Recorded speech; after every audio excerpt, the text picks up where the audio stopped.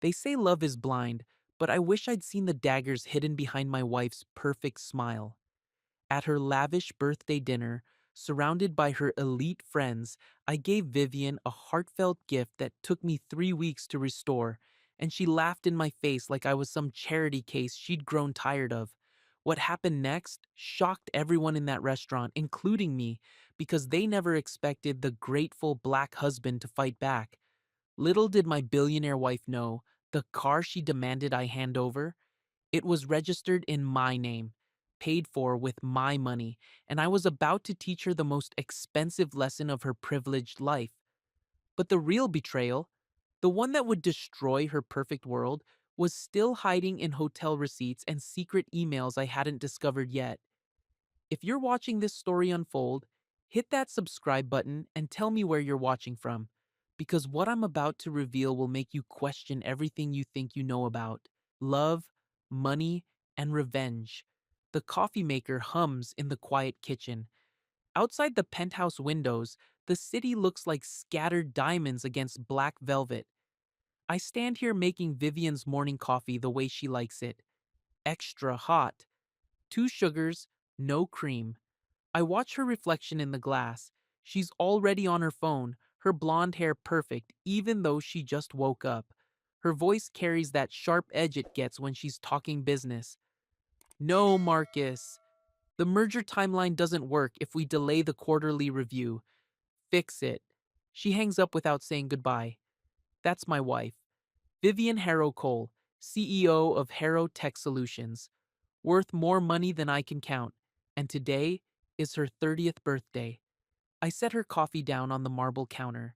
Steam rises between us like a wall. Morning, I say. She looks up from her phone. For a second, her face softens. Morning, baby. Thank you for the coffee.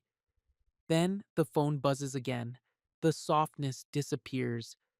Vivian, I start. Hold on. She answers the call. This is Vivian. I pour my own coffee and lean against the counter. We've been married 2 years. I know the routine.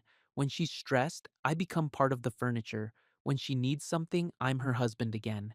But today is different. Today, I'm going to show up like a husband, not like help. She finishes the call and looks at me. Really looks at me. You're wearing your work clothes. I have a job, remember? She rolls her eyes. Don't be dramatic, Darius. You know what I mean. I do know what she means. She means I should dress better when I'm around her building, when the neighbors might see me, when her image might get damaged by being married to a guy who works with his hands. I won't embarrass you, I say quietly. Good. She checks her phone again. Tonight is important. The dinner. You remember? How could I forget? She's been planning this birthday dinner for weeks. High-end restaurant. Her mother, Marjorie, flying in. From New York. Her cousin Nina with her phone always recording. That investor Graham who seems to show up everywhere these days. I remember, I tell her. Wear the black suit. The one I bought you. And Darius? Yeah? Don't talk too much. Let me handle the conversation. Something cold settles in my chest, but I nod. Sure. She kisses my cheek like I'm a good boy who learned his trick. Then she walks away, her heels clicking on the marble floor. I finish my coffee alone. In the silence, I think about the gift I have for her. It's wrapped and hidden in my work van. A framed photo I spent weeks restoring. It's a picture of this old Victorian house she showed me once when we were dating. She called it her dream house, said it felt like home, not like a showroom. I wrote her a note to go with it, about building a life that feels warm instead of perfect, about love being more than just looking good together. I checked the time. I need to leave for work soon. But first, I walk to our bedroom where she's getting ready. Viv? Hmm. She's putting on earrings, diamond ones that cost more than most people's cars. I love you. She pauses, looks at me in the mirror. For just a moment, something real flickers in her eyes. Then, it's gone. Love you too. Have a good day at work. I grab my keys and head for the door. In the elevator, I tell myself tonight will be different. Tonight, I'll show her that being sincere isn't the same as being cheap. That love doesn't have to cost a fortune to be real. The elevator opens in the lobby. The doorman smiles at me like he always does. Nice guy. Treats everyone the same. Morning, Mr. Cole. Morning, James. Outside, the morning air bites at my face. I climb into my work van and sit for a minute. On the passenger seat is the wrapped gift. I hold it carefully. Tonight, I show up like a husband, not a mascot. The construction site buzzes with morning energy. Hard hats and safety vests everywhere. The smell of concrete and metal. The sound of hammers and saws. This is my world. Here, I'm not Vivian's husband. I'm Darius Cole, union electrician. I'm good at what I do. Look who's here, calls out Tommy from across the site. Rich boy. The other guys laugh. It's friendly teasing mostly, but it stings a little. They all know about Vivian, about the penthouse, about the money that isn't mine. Morning, Tommy, I call back. I strap on my tool belt and hard hat. Check the work orders for today. We're wiring the top 3 floors of this new office building. Steady work, good pay. It's honest money, even if it's not Vivian's kind of money. My phone buzzes. Text from Vivian. Wear the black suit. Don't talk too much. I stare at the screen. Same message as this morning, like I might forget. Like I might embarrass her if she doesn't remind me twice. You good, Cole? I look up. It's Marcus, the foreman. Good guy. Fair boss. Yeah, I'm good. Team meeting in 5. New safety protocols. I pocket my phone and follow the crew to the trailer. But my mind keeps drifting. Tonight. The dinner. Vivian's friends looking at me like I don't belong. Her mother with her fake smile and real judgment. The safety meeting drags on. Something about new procedures for high voltage work. I try to focus, but my phone buzzes again. This time it's my cousin Reggie. I text him back. At work, call you later. He texts back immediately. Tonight's the birthday thing, right? Call me. Reggie owns a tow truck business, works hard, keeps his head down, doesn't trust rich people. He's been worried about Vivian and her family since the wedding. Says they look at me like a project, not a person. After the meeting, I get to work. Running wire through the walls. It's good work. Work that matters. Buildings need power. People need lights and outlets and air conditioning. I help make that happen. Hey, Cole! I turn around. It's Jamie, one of the younger guys. He's holding his phone, grinning. Check this out, your wife's on Instagram again. He shows me the screen. It's Vivian at some charity event last week. She's wearing a red dress that costs more than I make in a month, standing next to Graham, that investor guy. They're both smiling. She has her hand on his arm. Something twists in my stomach. When was this? I ask. Few days ago. She looks good. You're a lucky man. I hand back the phone. Yeah, lucky. But the image sticks in my head. Vivian and Graham, her hand on his arm, the way they're standing close. Too close. I shake my head. Focus on the work. I have a job to do. At lunch, I sit in my van and call Reggie. What's up, cuz? Just checking in. You said to call. About tonight, that dinner thing. You sure you want to go? It's her birthday, Reg. Of course I'm going. I'm just saying, her family, they don't respect you, man. They never have. I lean back in my seat. Look at the wrapped gift on my passenger seat. I know, but I'm not going for them. I'm going for her. And what if she doesn't respect you either? The question hits like a punch, because part of me has been wondering the same thing. She loves me, I say. Love and respect aren't the same thing. After lunch, I stopped by a print shop. The gift needed a final touch, a proper frame, a better mat. I wanted it to look professional, not cheap. The woman behind the counter smiles when she sees it. This is beautiful. The restoration work is excellent. Did you do this yourself? Yeah, it's for my wife. She's going to love it. It's so thoughtful. Thoughtful. That's what I'm hoping for. That Vivian will see the thought behind it, the time, the care, that she'll understand it's not about the money, it's about the meaning. I pay for the framework and drive back to the site. The afternoon flies by. Good work, no problems, the kind of day that reminds me I'm good at what I do.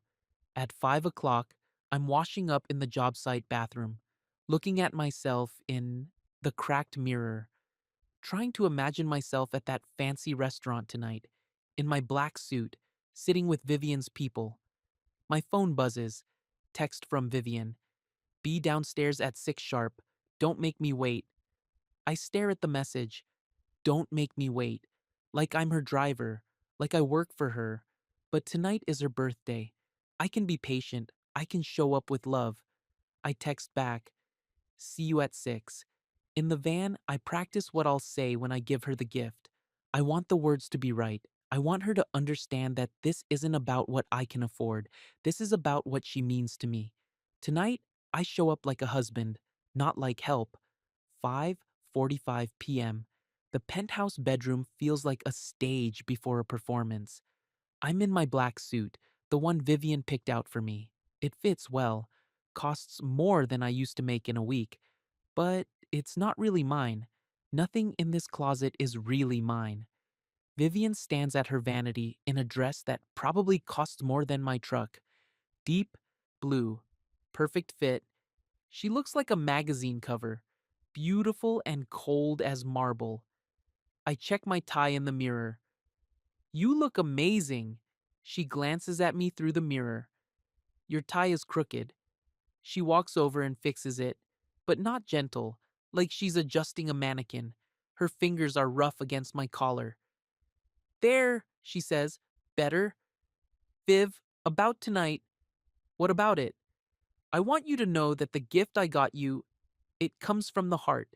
It might not be expensive, but Darius, she cuts me off. What did I say about tonight? You said don't talk too much, right? And what else? I think back to this morning, to all the little warnings. No cheap surprises. Exactly. She turns back to her mirror. My mother will be there, Nina, Graham, people who matter in my world. I need you to understand that. People who matter. The words sting, but I swallow it down. I understand. Her phone rings. She answers on speaker without checking who it is. Vivian, darling? It's Marjorie, Vivian's mother. Her voice drips with the kind of polish that money buys. Are you ready for tonight? Almost, mother. Good. And Darius? Is he prepared? They're talking about me like I'm not standing right here. He'll behave, Vivian says. Marjorie laughs. Oh, I'm sure he will. Just tell him to, you know, behave tonight. Behave. Like I'm a dog they're worried might bite someone. I stay quiet, keep my face blank. But inside, something starts to harden. We'll see you at 7, Vivian says, looking forward to it. Oh, and Vivian, wear your grandmother's pearls. They'll photograph beautifully. The call ends. Vivian looks at me in the mirror. You heard her. Yeah, I heard her. She puts on the pearls. They're perfect, of course. Everything about Vivian is perfect, except for her husband, apparently. We should take the Porsche, she says. Make an entrance. The Porsche, the car that's technically in my name because of some credit, issue Vivian had a few months ago. Some PR problem that tangled up her finances temporarily. I signed the papers to help her out. To protect us both, she said. I'll drive, I tell her. She rolls her eyes. You always want to drive. It's my name on the registration. Don't be petty, Darius. It's my car. I grab the keys from the dresser. Tonight I drive. In the elevator, Vivian checks her reflection one more time. Perfect hair, perfect makeup, perfect jewelry. Remember, she says as we reach the lobby, no cheap surprises. I look at her, really look at her. When did we become this? When did love become a performance with rules and warnings? It's not cheap to be sincere, I say quietly. The elevator opens. We step into the lobby where James the doorman greets us. Good evening, Mrs. Harrow Cole. Mr. Cole. He says her name first, always. She's the star. I'm just the guy who comes with her. Evening, James, I say. Outside, the valet brings the Porsche around. Vivian slides into the passenger seat like she belongs there, which she does. Everything here belongs to her. The car, the penthouse, even me, sometimes it feels like. I get behind the wheel, start the engine. The car purrs to life. Darius? Yeah? Tonight is important to me. These people, they're my life, my world. I need you to understand that. I look at her. For a second, I see something in her eyes. Vulnerability, maybe, or fear. I understand, I tell her, but as we drive through the city toward the restaurant, one thought keeps circling in my head. Tonight isn't a celebration, it's an inspection. And I'm the one being inspected. 7:10 p.m., Chez Laurent, the kind of restaurant where they don't list prices on the menu because if you have to ask, you can't afford it. White tablecloths, crystal glasses, soft classical music that costs more than most people's monthly salary. Vivian's circle is already seated when we arrive. Round table, premium placement near the windows so everyone can see them, can see how important they are. Marjorie sits at the head like a queen holding court, 58 years old, surgery perfect face, pearls and judgment. She smiles when she sees us coming. There's the birthday girl. Marjorie stands and hugs Vivian, air kisses so they don't mess up their makeup. Mother, Vivian melts into the embrace. For a moment, she looks young, happy. Then, Marjorie's eyes find me. The smile gets smaller, cooler. Darius, how nice. Mrs. Harrow, good to see you. Please, we're family. Call me Marjorie. But the way she says it makes it clear I'm not really family. I'm just married to family. Darius! Nina jumps up from her seat. Vivian's cousin, 27, blonde, always has her phone in her hand like it's an extra limb. You look so handsome. She hugs me tight, takes a quick selfie with me in the background. I know it'll be online in 5 minutes with some caption about family dinner. Thanks, Nina. Graham stands up last. 33, perfect hair, perfect teeth, perfect handshake that grips just a little too long. Darius, good to see you, man. Graham. We sit down. I'm between Vivian and Nina, across from Graham and two other women I don't really know. Friends of Vivian's from college or business or wherever rich people collect other rich people. The server appears immediately. Young guy with nervous energy. He knows this table means big tips and bigger problems if anything goes wrong. Good evening. Can I start you with drinks? Marjorie orders wine for the table. Something French with a name I can't pronounce. Something that probably costs more than I make in a day. And for you, sir? The server looks at me. Water's fine. Darius doesn't drink much, Vivian explains, like she's apologizing for a pet's bad behavior. Smart man, says Graham. Clear head for clear thinking. The way he says it sounds like a compliment, but feels like an insult, like he's surprised I can think at all. The wine comes. Everyone toasts Vivian. Beautiful words about friendship and success and bright futures. I raise my water glass and smile at the right moments. So, Darius, says Marjorie, how's work? Good. We're finishing up a big office building downtown. How wonderful. It's so important to have skilled labor in our society. Skilled labor. The way she says it makes it sound like I dig ditches for fun. Darius is actually very talented, says Nina, looking up from her phone. You should see some of the electrical work he's done. Very thorough. Thorough. Like I'm good at following simple instructions. I'm sure, says Marjorie. It's so admirable when people work with their hands. Very authentic. Authentic. Another word that sounds nice but cuts deep. Graham leans forward. Actually, I've been thinking about that. The value of authentic craftsmanship in our digital age. There's something to be said for old fashioned skills. Old fashioned skills. Like, I'm a museum exhibit. I keep my face neutral, keep my voice steady. It's honest work. Of course it is, says Marjorie. And you're so lucky to have found Vivian. She's always been open minded. Open minded. There it is. The big one. Like, loving me is an act of charity. Vivian reaches over and squeezes my hand. Darius is wonderful, she says. Very articulate. Articulate. Another surprise? Another thing I'm not supposed to be. I squeeze her hand back. Tell myself these people don't matter. Only Vivian matters. And tonight is her birthday. But I notice things. The way Graham watches Vivian when she talks, the way she checks her phone quickly and then puts it face down, the way everyone laughs a little too loud at jokes that aren't that funny. The appetizers come, tiny portions on huge plates, everything perfectly arranged, like art you're supposed to eat. So, Graham, says one of Vivian's friends, tell us about the new investment fund. Graham lights up, starts talking about markets and opportunities and returns that would make normal people weep with joy. But his eyes keep drifting to Vivian, and she keeps glancing back.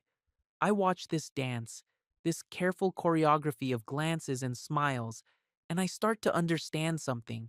This dinner isn't about Vivian's birthday. It's about showing me where I fit, making sure I understand my place in her perfect world.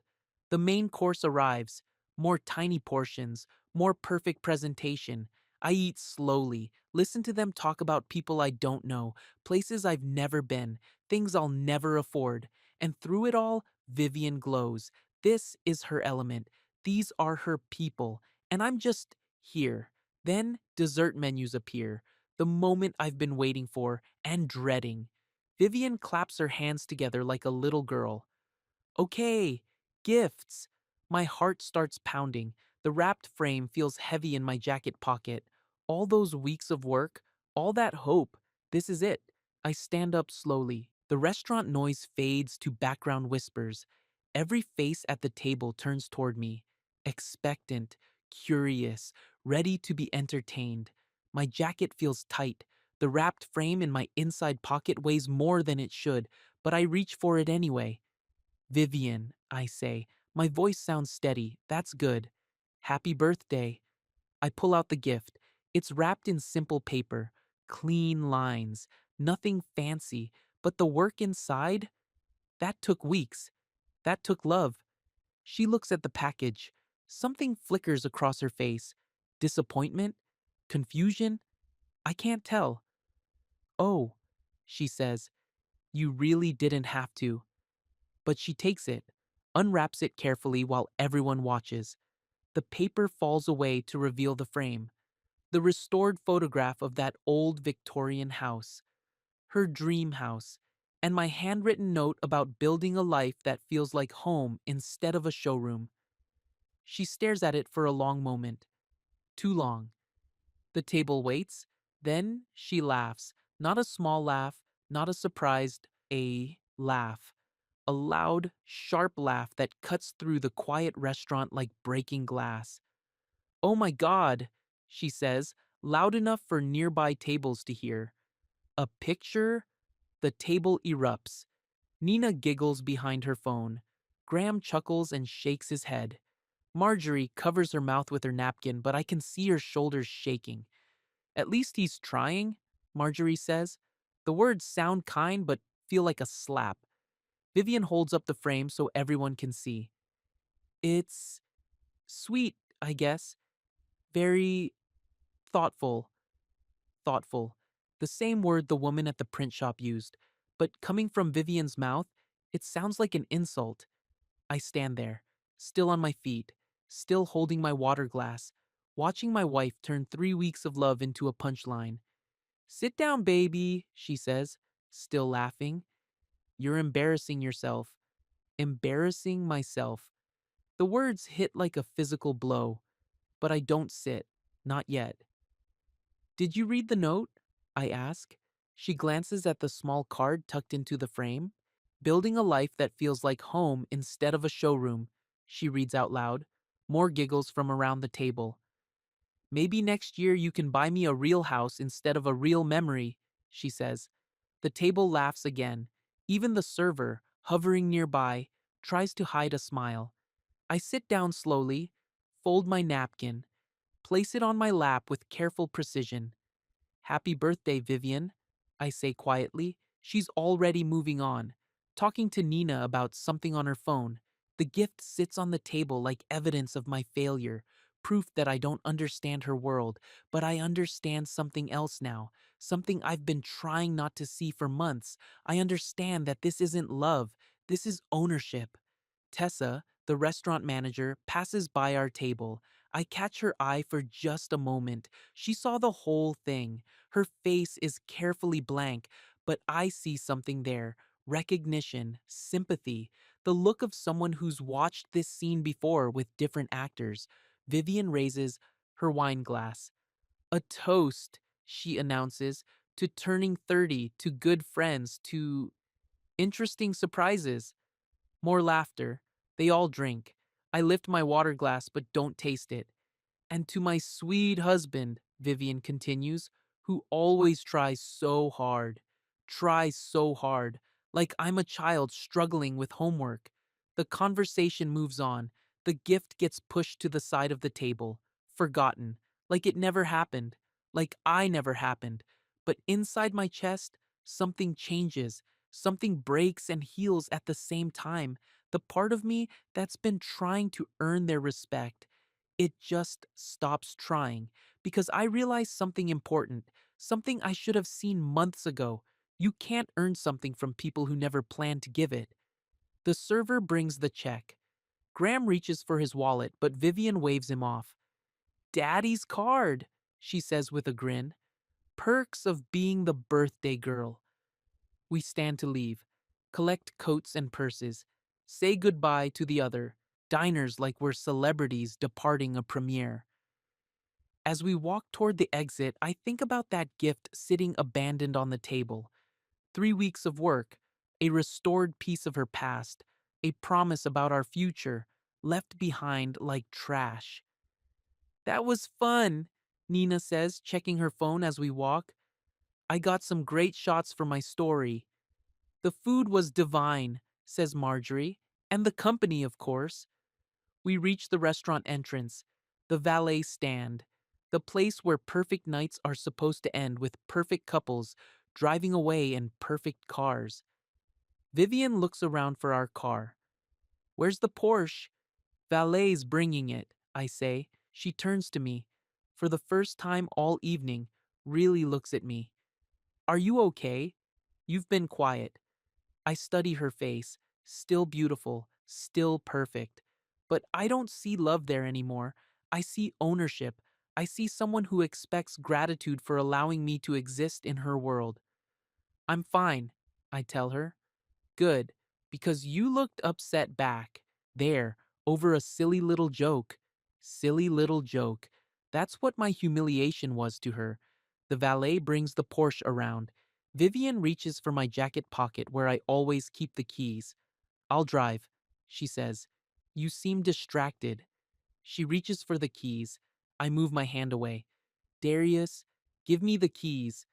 These are my keys, I say quietly. Don't be ridiculous. It's my car. The title says Darius Cole. Her face changes. The birthday girl's smile disappears. Give me the keys. No, one word, 2 letters. But it changes everything. Because this is the moment I stop trying to fit into her world. This is the moment I decide the next gift she gets from me is going to be consequences. The valet stand buzzes with nervous energy, couples waiting for cars, doormen managing the flow. Nina still recording everything on her phone like tonight is content for her followers. Vivian steps closer to me. Her voice drops to a hiss so the others can't hear.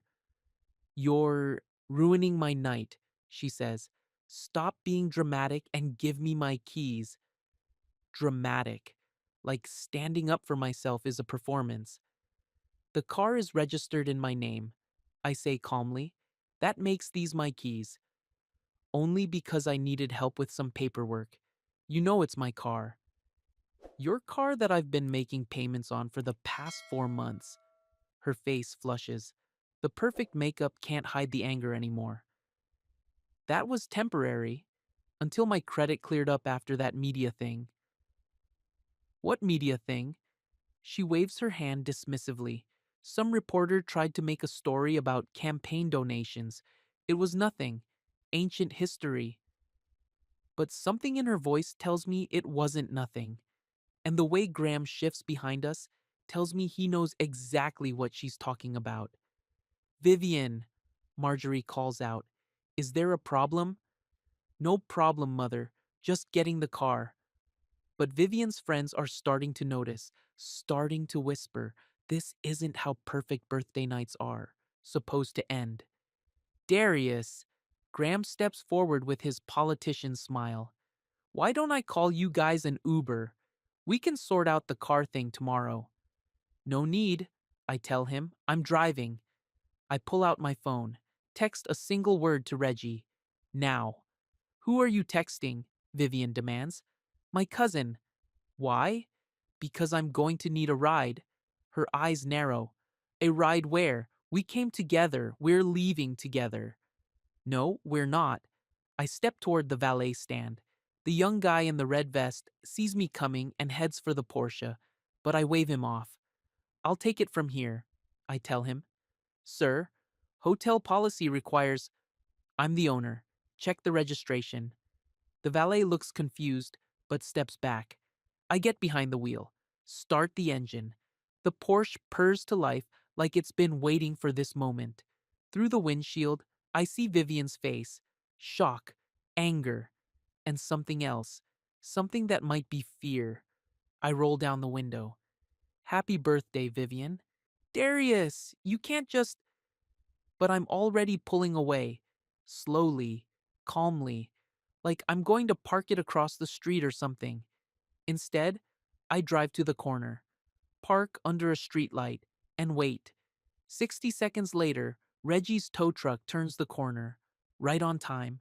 He's been waiting 3 blocks away since I texted him earlier. Just in case. I get out of the Porsche, hand him the keys. You sure about this, cuz? He asks. I'm sure. He hooks up the car with practiced efficiency. The Porsche rises onto the truck bed like it's ascending to heaven, or descending to hell, depending on your perspective. Where to? Reggie asks. Secure storage. I'll call you tomorrow with details. By now, Vivian and her group have made it to the corner. They stand under the streetlight watching the Porsche disappear onto the truck bed. Darius! Vivian screams. Get back here! But I'm already climbing into the passenger seat of Reggie's truck.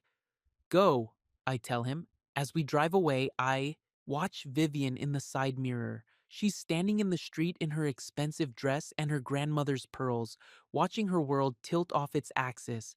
Nina has her phone out, of course, recording the whole thing for posterity, for her story, for evidence that Vivian's husband finally lost his mind. You okay?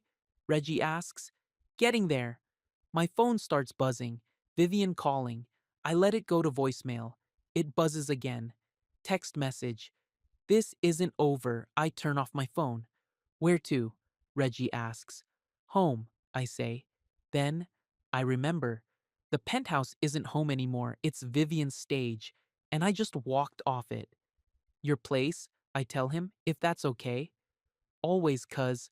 Always. As we drive through the city, I think about that gift sitting back on the restaurant table, the restored photograph, the note about building a home instead of a showroom. Maybe someone will throw it away. Maybe the bus staff will toss it in the trash with the leftover wine and cloth napkins, or maybe someone will read that note and understand what I was trying to say, what I was trying to build, what I thought we had. Either way, it doesn't matter now, because tonight I stopped being Vivian's husband and became my own man again.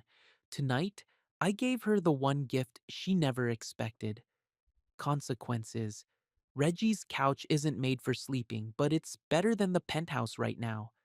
Better than pretending everything's fine when it's not. Better than being treated like furniture with feelings.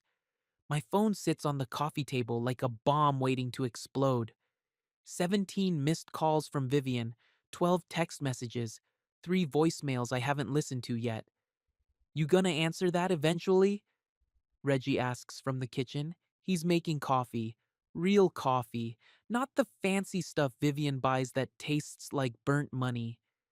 Eventually, but not yet. Right now, I need the quiet. Need to think without Vivian's voice in my head telling me what I did wrong. What I misunderstood. How I embarrassed her. The coffee smells good. Normal. Like Saturday mornings when I was a kid and my mom would make breakfast before dad went to work at the plant. Before I knew, there were people who thought loving someone like me was charity. Here, Reggie hands me a mug. Black coffee, no sugar, the way I actually like it when nobody's watching. You sleep at all? Some. Liar. He's right. I stared at the ceiling most of the night, thinking about Vivian's face when she realized I wasn't giving her the keys, the shock, the anger, the way she looked at me like I'd committed some crime against nature. My phone buzzes again. Text message. I glance at the screen. Vivian. Come home.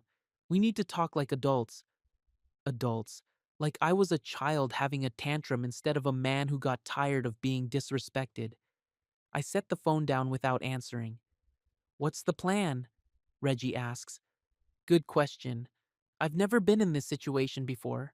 Never walked away from my wife. Never taken anything that was technically mine but felt like hers. Never stopped playing by rules I didn't make. I don't know yet. Well, you better figure it out fast, because rich people don't just let things go. They fight back, and they fight dirty. As if to prove his point, my phone rings. Not Vivian this time. Marjorie. I let it go to voicemail. You should probably listen to that one, Reggie says. Know what you're dealing with. He's right. I press play. Marjorie's voice fills the small apartment. Smooth, controlled, dangerous. Darius, I think we need to have a conversation, woman to man, about what's best for everyone involved. Call me back within the hour, or this situation becomes complicated. The message ends. Reggie and I look at each other. Complicated, he repeats. I don't like the sound of that. Neither do I. But before I can think about it too much, there's a knock on Reggie's door. Sharp, authoritative. The kind of knock that says, open up, without saying the words. Reggie looks through the peephole. His face changes. Police, he whispers. My stomach drops. What? 2 cops, uniforms. This is it. This is how it starts. Rich family calls in a favor. Says their daughter's husband stole her car. Doesn't matter that my name's on the title. Doesn't matter that I've been making payments. Matters that I'm black and she's white and I took something they consider theirs. You want to run? Reggie asks quietly.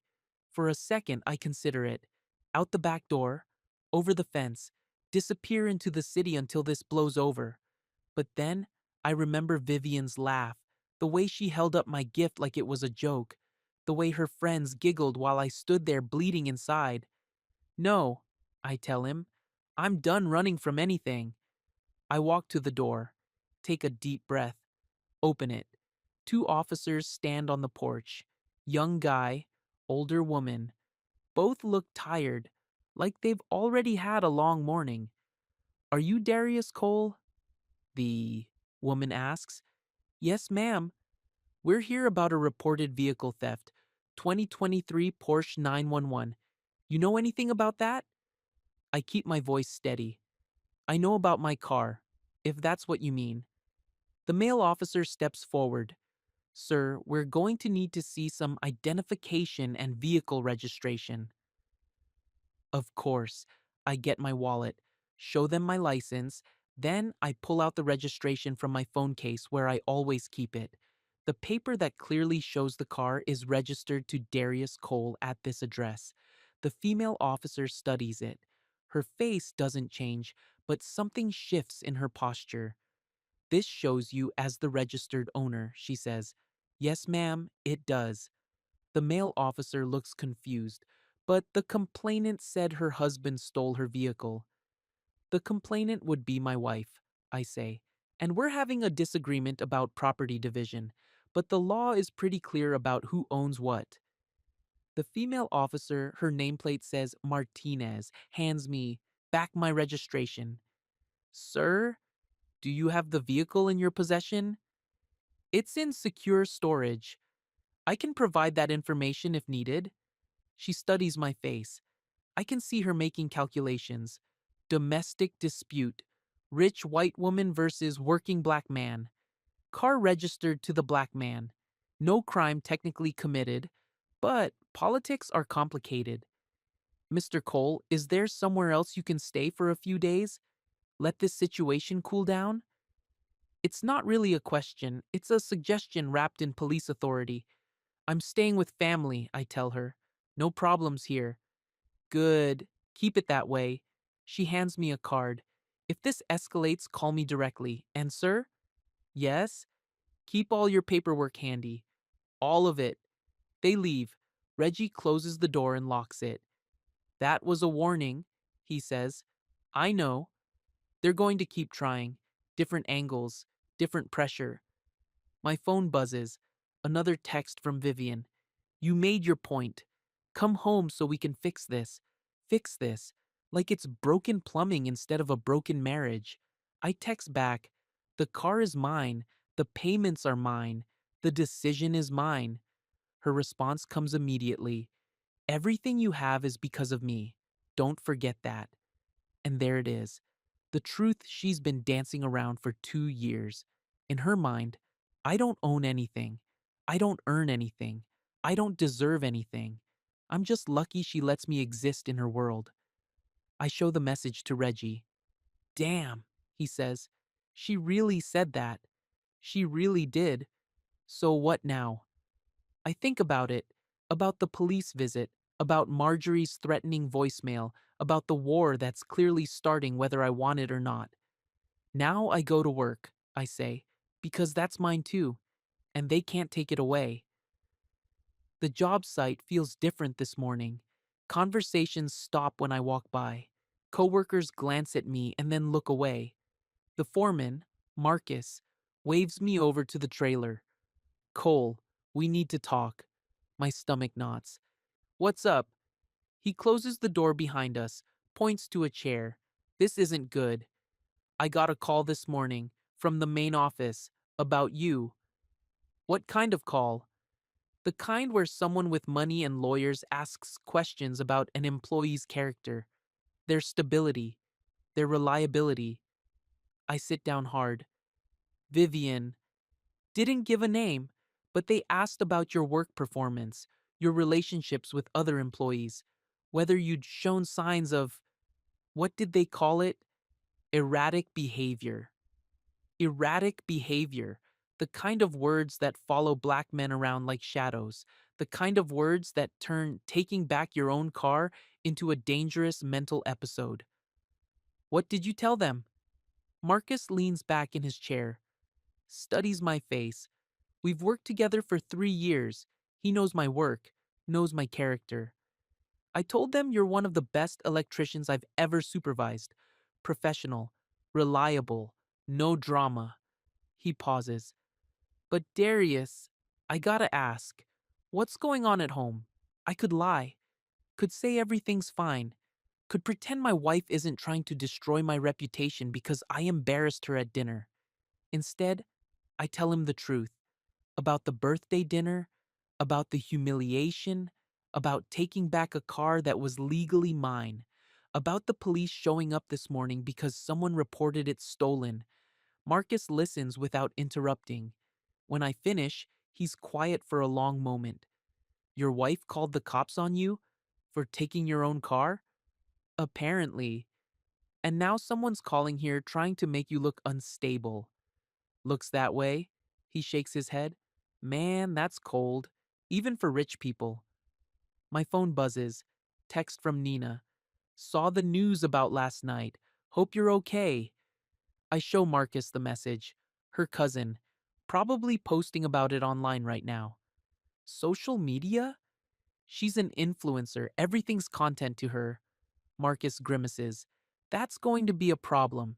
You know how fast things spread online, especially when it's a black man and a white woman.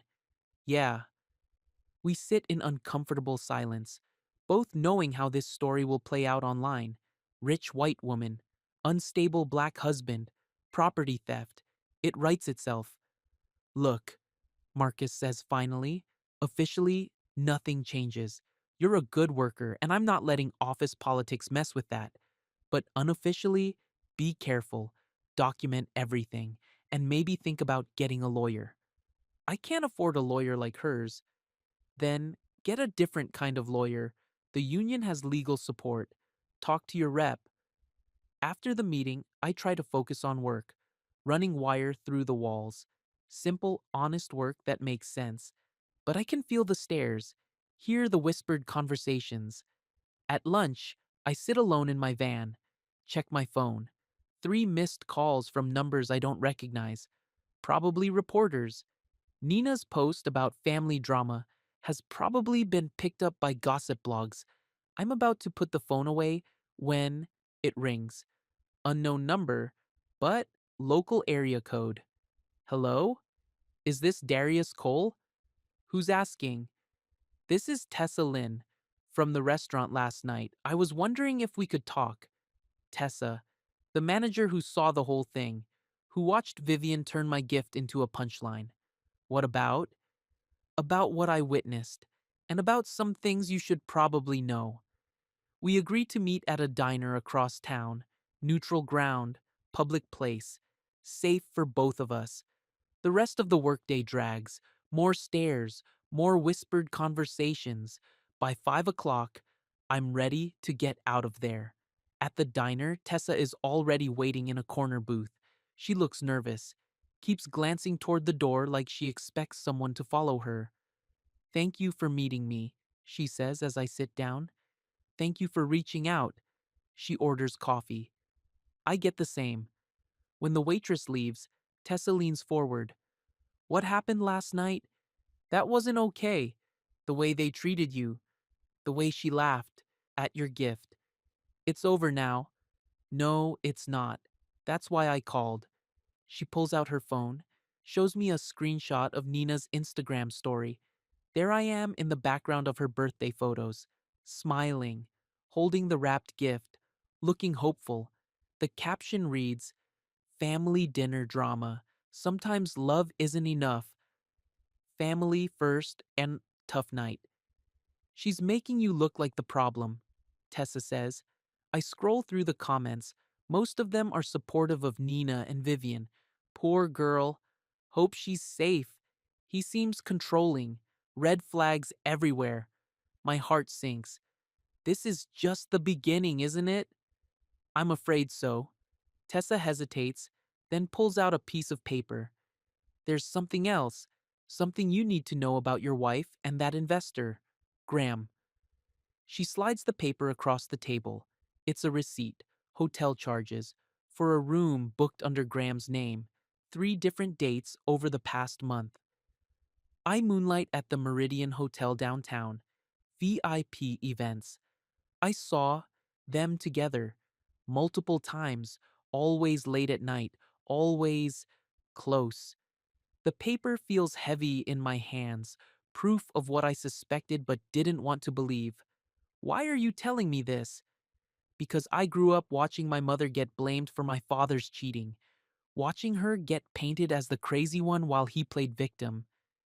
Tessa's voice is steady, but her hands shake slightly. I won't watch it happen again if I can help it. I fold the receipt carefully, put it in my wallet. What do you want from me? Nothing, just document everything, keep records, and be careful. Women like your wife don't just lose, they destroy. As if summoned by her words, my phone buzzes. Text from Vivian. I tried to do this the easy way. Now we do it the hard way. I show Tessa the message. The hard way. She repeats. That sounds like a threat. It is a threat. Another text comes in. This one from a number I don't recognize. Check your email. I open my email app. New message from a law firm. Subject line: Notice of divorce proceedings. Tessa sees my face change. What is it? I hand her my phone. She reads the email and her face goes pale. She filed for divorce? Already? And she's claiming adultery, says I was unfaithful and violent, says she fears for her safety. The words hit like punches. Unfaithful, violent, everything they'll need to turn me into the villain in this story, everything the internet comments already assume about me. But that's not true, Tessa says. Doesn't matter. It's her word against mine. Rich white woman against angry black man. How do you think that plays out? My phone buzzes again. Another text from Vivian. You should have just given me the keys. But I realize something sitting in this diner with the hotel receipt in my wallet and divorce papers in my email. She's right about one thing. This is war now, and I better learn how to fight it. Back at Reggie's place, I spread the divorce papers across the coffee table like battle plans. 27 pages of legal language that basically say I'm a dangerous, cheating deadbeat who stole his wife's car and abandoned her. This is bad, Reggie says, reading over my shoulder. It gets worse. I show him the section about marital assets. According to Vivian's lawyers, everything is hers: the penthouse, the furniture, the art, even my tools, apparently, since they were purchased during the marriage with marital funds. Marital funds. Like my paychecks don't count because they're smaller than hers. They're going after your tools? Reggie shakes his head. That's low, even for them. My tools are how I make my living. 40 years old, some of them. Handed down from my father. Others I saved for months to buy. They want to take that away just because they can. Look at this part, I tell him. I point to a section about emotional distress and public humiliation. Vivian is asking for damages, money to compensate her for the embarrassment I caused by taking the car, for the trauma of being married to someone who would steal from her. Steal from her. That's the story now, repeated enough times in legal documents that it starts to feel true even when you know it's not.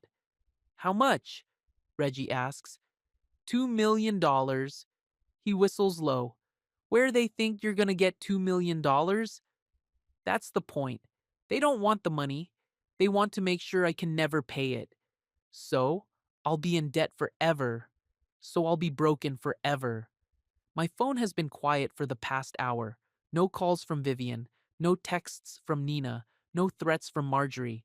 The silence feels worse than the noise. You hungry? Reggie asks. Sarah's making dinner. Sarah is Reggie's wife. Good woman. Teaches second grade. Bakes cookies for the neighborhood kids. She's been nothing but kind to me. But I know having me here puts them in an awkward position. I should probably find my own place, I tell him. You should probably stop. Thinking you're a burden, he shoots back. Family helps family. That's how we do things. At dinner, Sarah tries to keep the conversation light, talks about her students, about the garden she's planning for spring, about anything except the legal papers sitting in the living room. But I can see the worry in her eyes, the way she glances at Reggie when she thinks I'm not looking. They have a good life here, quiet, peaceful. I'm bringing drama into their world whether I want to or not. After dinner, I help clean up, try to be useful, try not to be deadweight. Darius, Sarah says as we finish the dishes, can I ask you something? Sure. Do you love her? Your wife? Despite everything, do you still love her? It's a question I've been avoiding. The honest answer is complicated. I love who I thought she was, I say finally, but I'm starting to think that person never existed. I think I fell in love with an idea, with the way she made me feel when she chose me. And how did she make you feel? Special, like I was worth choosing, like someone that beautiful and successful could see something in me that I couldn't see in myself. Sarah nods. And now? Now I think she chose me because I made her feel good about herself, like she was open minded and generous, like she was saving me from something. That's not love, Sarah says quietly. That's charity. That night, I lie on Reggie's couch staring at the ceiling. The legal papers are still spread across the coffee table. 27 pages of reasons why I'm the villain in this story. My phone sits silent on the side table. No goodnight text from Vivian. For 2 years, she's sent me a goodnight text every single night, even when we were fighting, even when she was traveling, even when we were sleeping in the same bed. The absence of that text feels like a door closing. I think about tomorrow, about going back to work and dealing with more stares, more whispered conversations, more questions about my erratic behavior. I think about calling a lawyer, about fighting back, about trying to prove I'm not the monster they're painting me to be. But mostly, I think about that gift, the restored photograph of her dream house, the note about building a life that feels like home. Someone probably threw it away by now, swept it into the trash with the cloth napkins and leftover wine, evidence of my stupidity disposed of with the dinner scraps. But maybe not. Maybe someone read that note. Maybe they understood what I was trying to say about love being more than performance, about home being more than a showroom. Maybe someone saw the 3 weeks of work I put into restoring that photograph, the care I took with each scratch and stain, the way I handled it like it was made of hope instead of paper. Or maybe not. Maybe it's just gone, like everything else good I thought we had. Around 3 in the morning, my phone buzzes. Text message. I grab it, thinking maybe it's Vivian. Maybe she's lying awake too, thinking about what we're throwing away. But it's from Nina. Saw your address in the court filing. Cute neighborhood. She's posting my location, letting her followers know where to find me, turning my sanctuary into another stage for their drama. I screenshot the message, add it to the growing file of evidence that this isn't about justice or hurt feelings. This is about power, about making sure I know my place, about teaching me what happens when you embarrass people who think they own you. I turn off my phone and close my eyes. Try to sleep. But rest doesn't come easy when you're at war with people who have more weapons than you do. And tomorrow, I'm pretty sure, is going to be worse than today. The protesters are already there when I arrive at the job site. Not many, maybe a dozen, but enough to make a scene.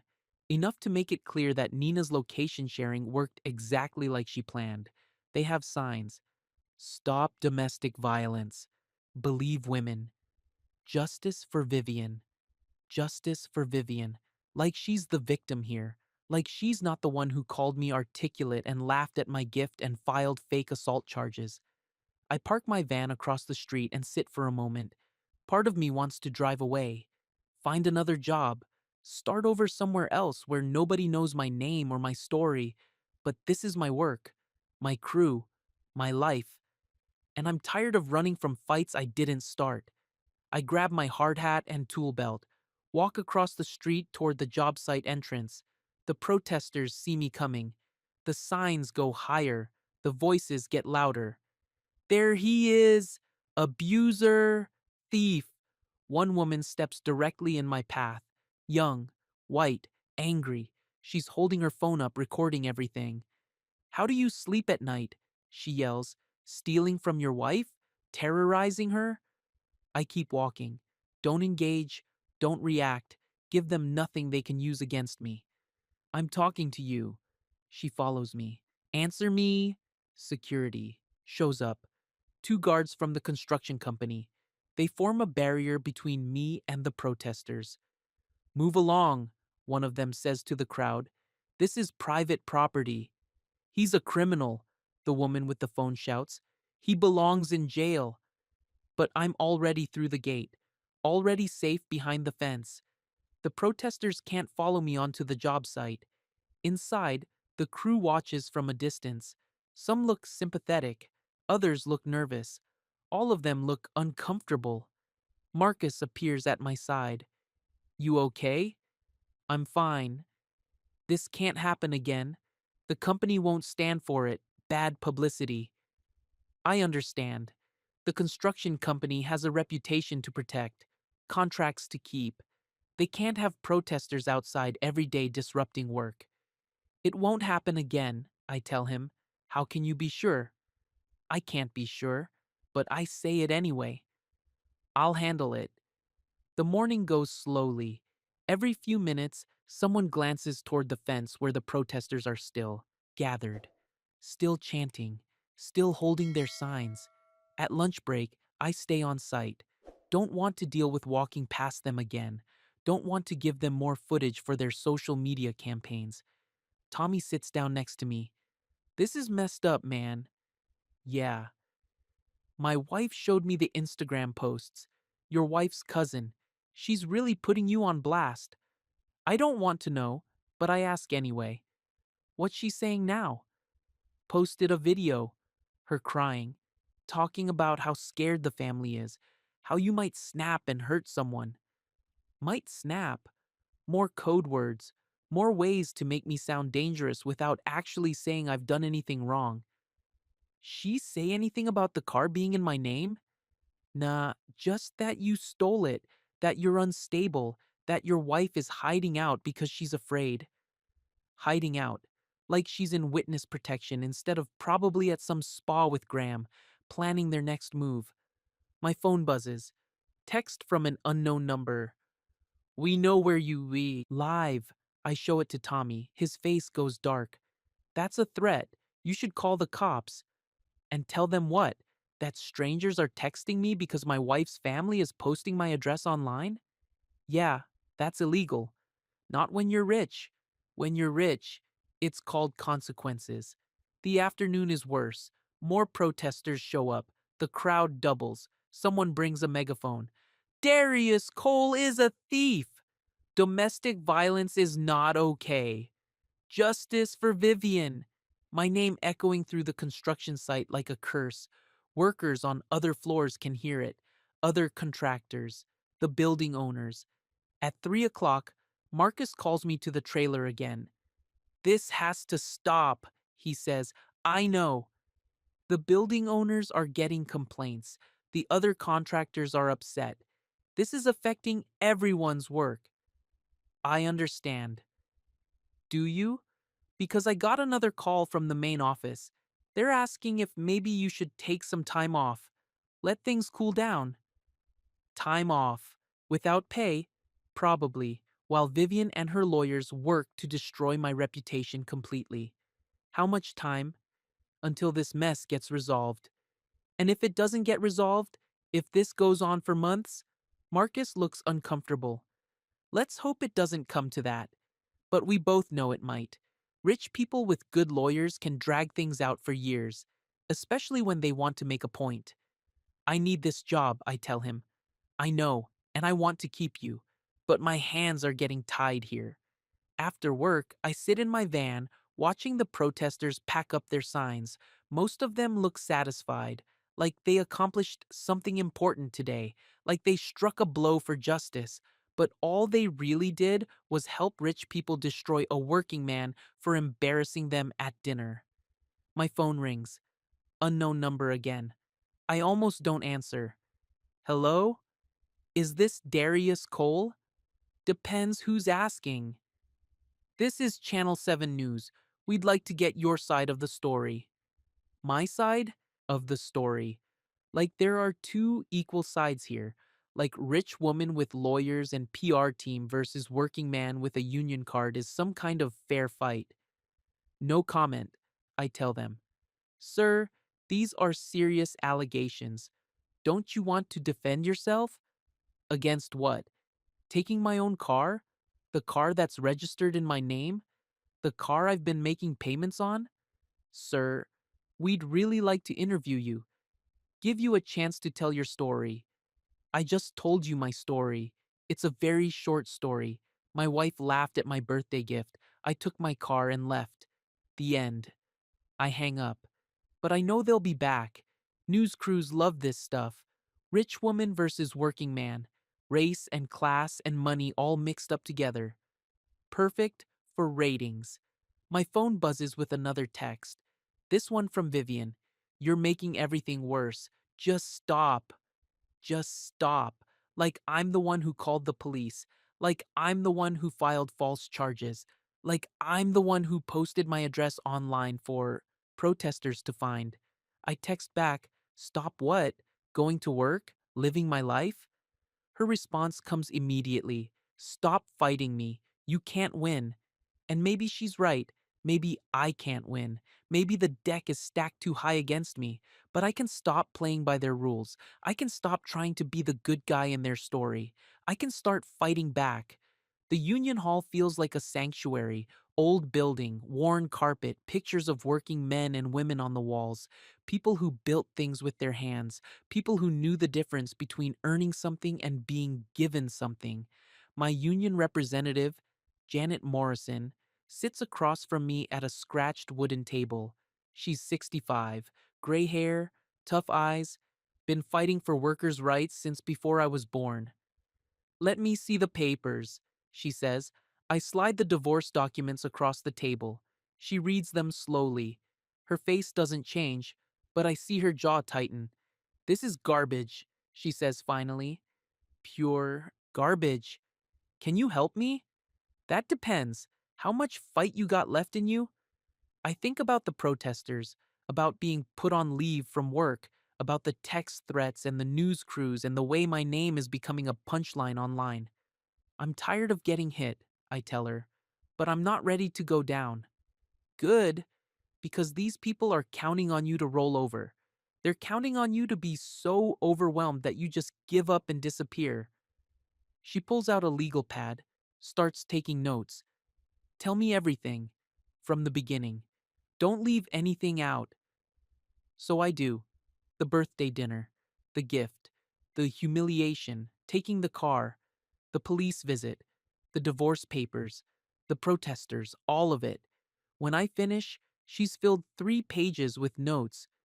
You said someone from the restaurant witnessed the humiliation?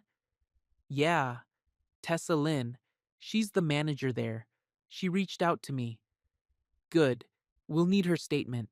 What about the car payments? I pull out my phone. Show her my banking app.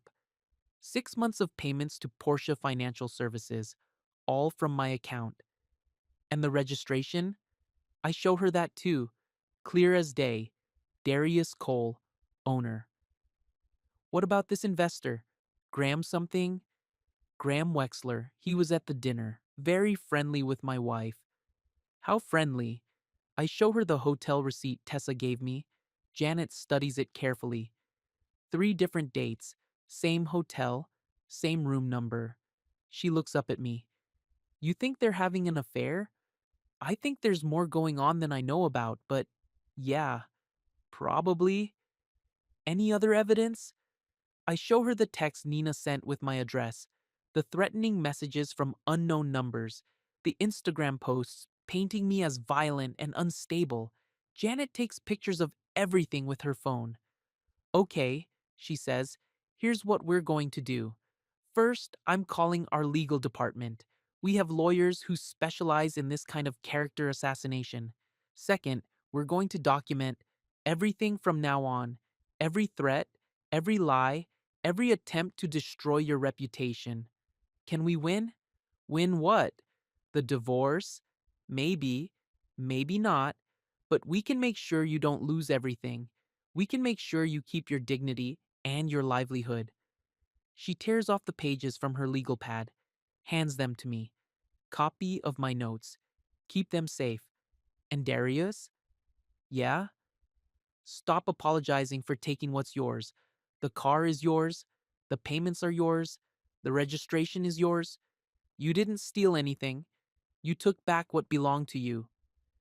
After the meeting, I drive to the diner where I met Tessa. She's already there, sitting in the same corner booth.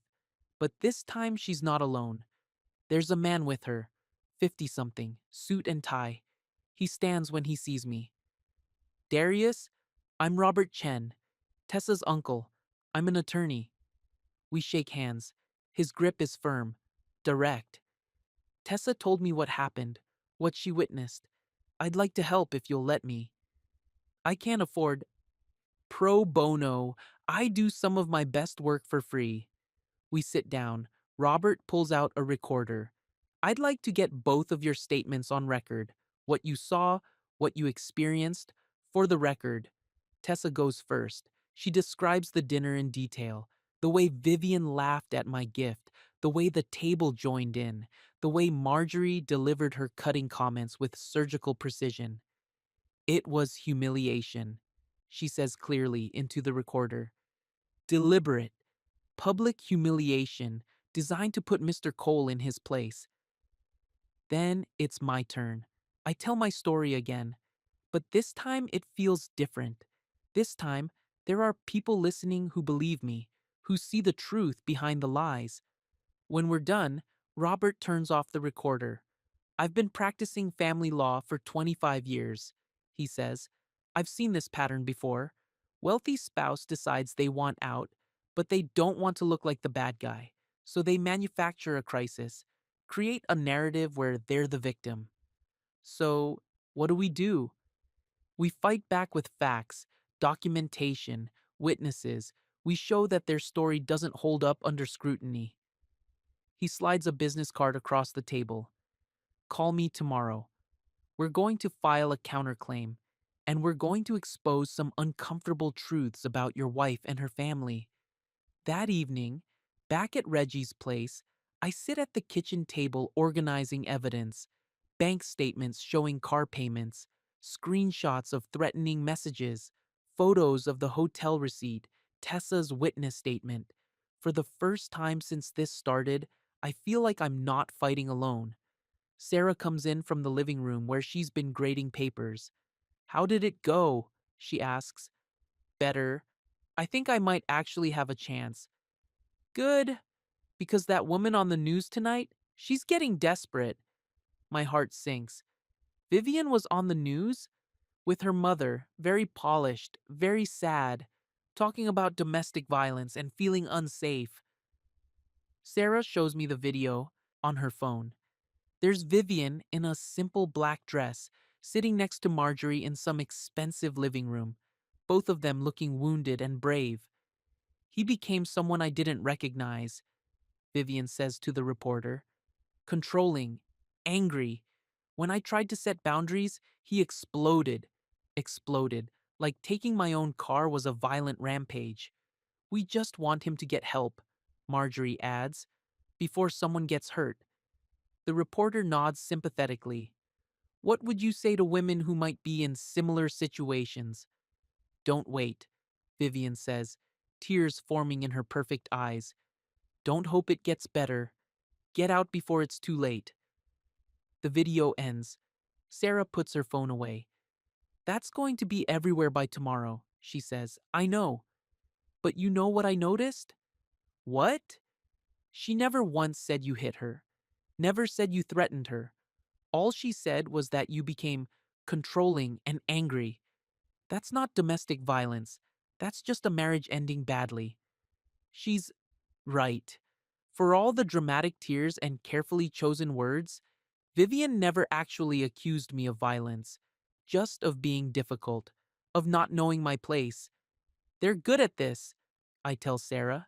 Yeah, well, truth has a way of coming out, especially when you have good lawyers and people who believe in you. That night, I sleep better than I have in days, not because the fight is over, but because I finally feel like I have weapons to fight with.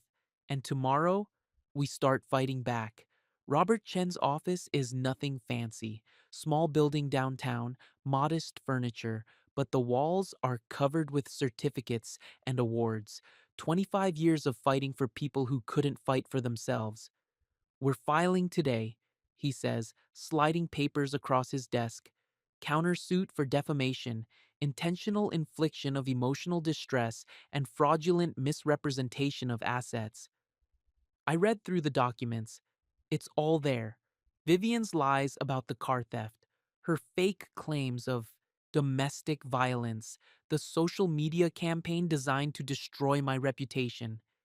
What about Graham? I ask. Patience. We're building that case separately. Tessa's hotel evidence is good, but we need more. Like what?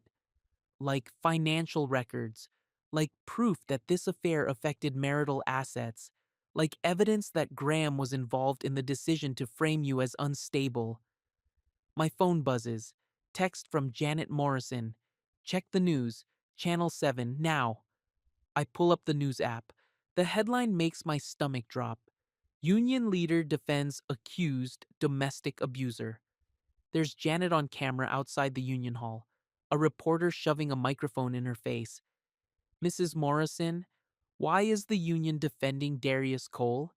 Because he's done nothing wrong. He took his own legally registered vehicle after being publicly humiliated by his wife. But what about the allegations of domestic violence? What allegations? Show me one police report. Show me one medical record. Show me one piece of evidence that this man ever hurt anyone. The reporter looks flustered. His wife says she feared for her safety. His wife says a lot of things, doesn't make them true. I show the video to Robert. He smiles for the first time since I met him. Good woman, she's not backing down. But this makes it bigger, more public. Sometimes you have to go public to win. Sometimes you have to make noise to cut through the lies. He's right. Staying quiet hasn't helped. Being polite hasn't worked. Maybe it's time to stop playing defense. What do we need to do? We need to show the world who Vivian Harrow really is. Not the victim she's playing on TV. The real woman who humiliated her husband for sport. Robert opens his laptop. Shows me a social media analysis his assistant prepared. Nina's posts about the birthday dinner. The location sharing. The carefully crafted narrative of fear and victimhood. Look at the timeline, he says. She filed for divorce 16 hours after you took the car. Divorce papers don't get prepared that fast unless someone was already planning to file. He's right. Those papers were ready before the birthday dinner, before the humiliation, before I ever took the Porsche. She was planning to leave anyway, I say. More than that, she was planning to destroy you anyway. The birthday dinner was just theater, a way to provoke you into doing something she could use against you. The pieces start falling into place. The warnings about embarrassing her, the emphasis on appearances, the way Graham watched everything with calculating eyes. They set me up. Can we prove that? We're going to try. I've got a private investigator looking into the timeline. When the papers were drafted, when Graham's hotel stays began, when Vivian's credit problems really started, and why. My phone rings. Unknown number. I let it go to voicemail. Reporters? Robert asks. Probably. Good. Let them call. We're going to give them something to report soon enough. After the meeting, I drive to the job site. The protesters are gone. The morning news coverage scared them off, apparently. Nothing kills a social justice mob like having to defend their position with facts. Marcus meets me at the gate. You're back, he says. If that's okay. It's okay. The union called, told us what's really going on. That you never stole anything. That the car is yours. It always was. Yeah, well, sometimes the truth takes a while to come out. Inside, the crew greets me differently than they did yesterday. Less nervous. More normal. Tommy slaps me on the back. Saw your union rep on TV? She don't play. No, she doesn't. Good for her. About time someone called out these rich people for their games. The work feels good. Normal. Running wire through walls. Solving problems with my hands instead of lawyers and reporters. Honest work, that makes sense. At lunch, I check my phone. Voicemail from the unknown number earlier. Mr. Cole, this is Detective Williams with Metro PD. I'd like to speak with you about some allegations that have been made. Please call me back. Detective Williams. My stomach drops. The police are getting involved again. But this time I have Robert Chen's number in my phone. I call him first. They want to talk, I tell him. Of course they do. Vivian probably filed a formal complaint, made it official. What do I do? You do nothing without me present. I'll call Detective Williams, set up a meeting. We do this right. What if they arrest me? For what? Taking your own car? Being rude to rich people? There's no crime here, Darius. Just rich people who expected you to know your place. That afternoon, while I'm working on the 15th floor, my phone buzzes with a text from Nina. Saw the news about your union friend. You're making this so much worse for everyone. I screenshot the message, add it to the evidence file Robert is building. Then I text back. Making what? Worse? Telling the truth? Her response is immediate. The truth is, you stole Vivian's car and scared her. Everything else is just lawyer games. The truth is, the car is registered in my name. I have the title. I've been making the payments, but you already know that. Whatever. Vivian just wants this to end. She wants to move on with her life.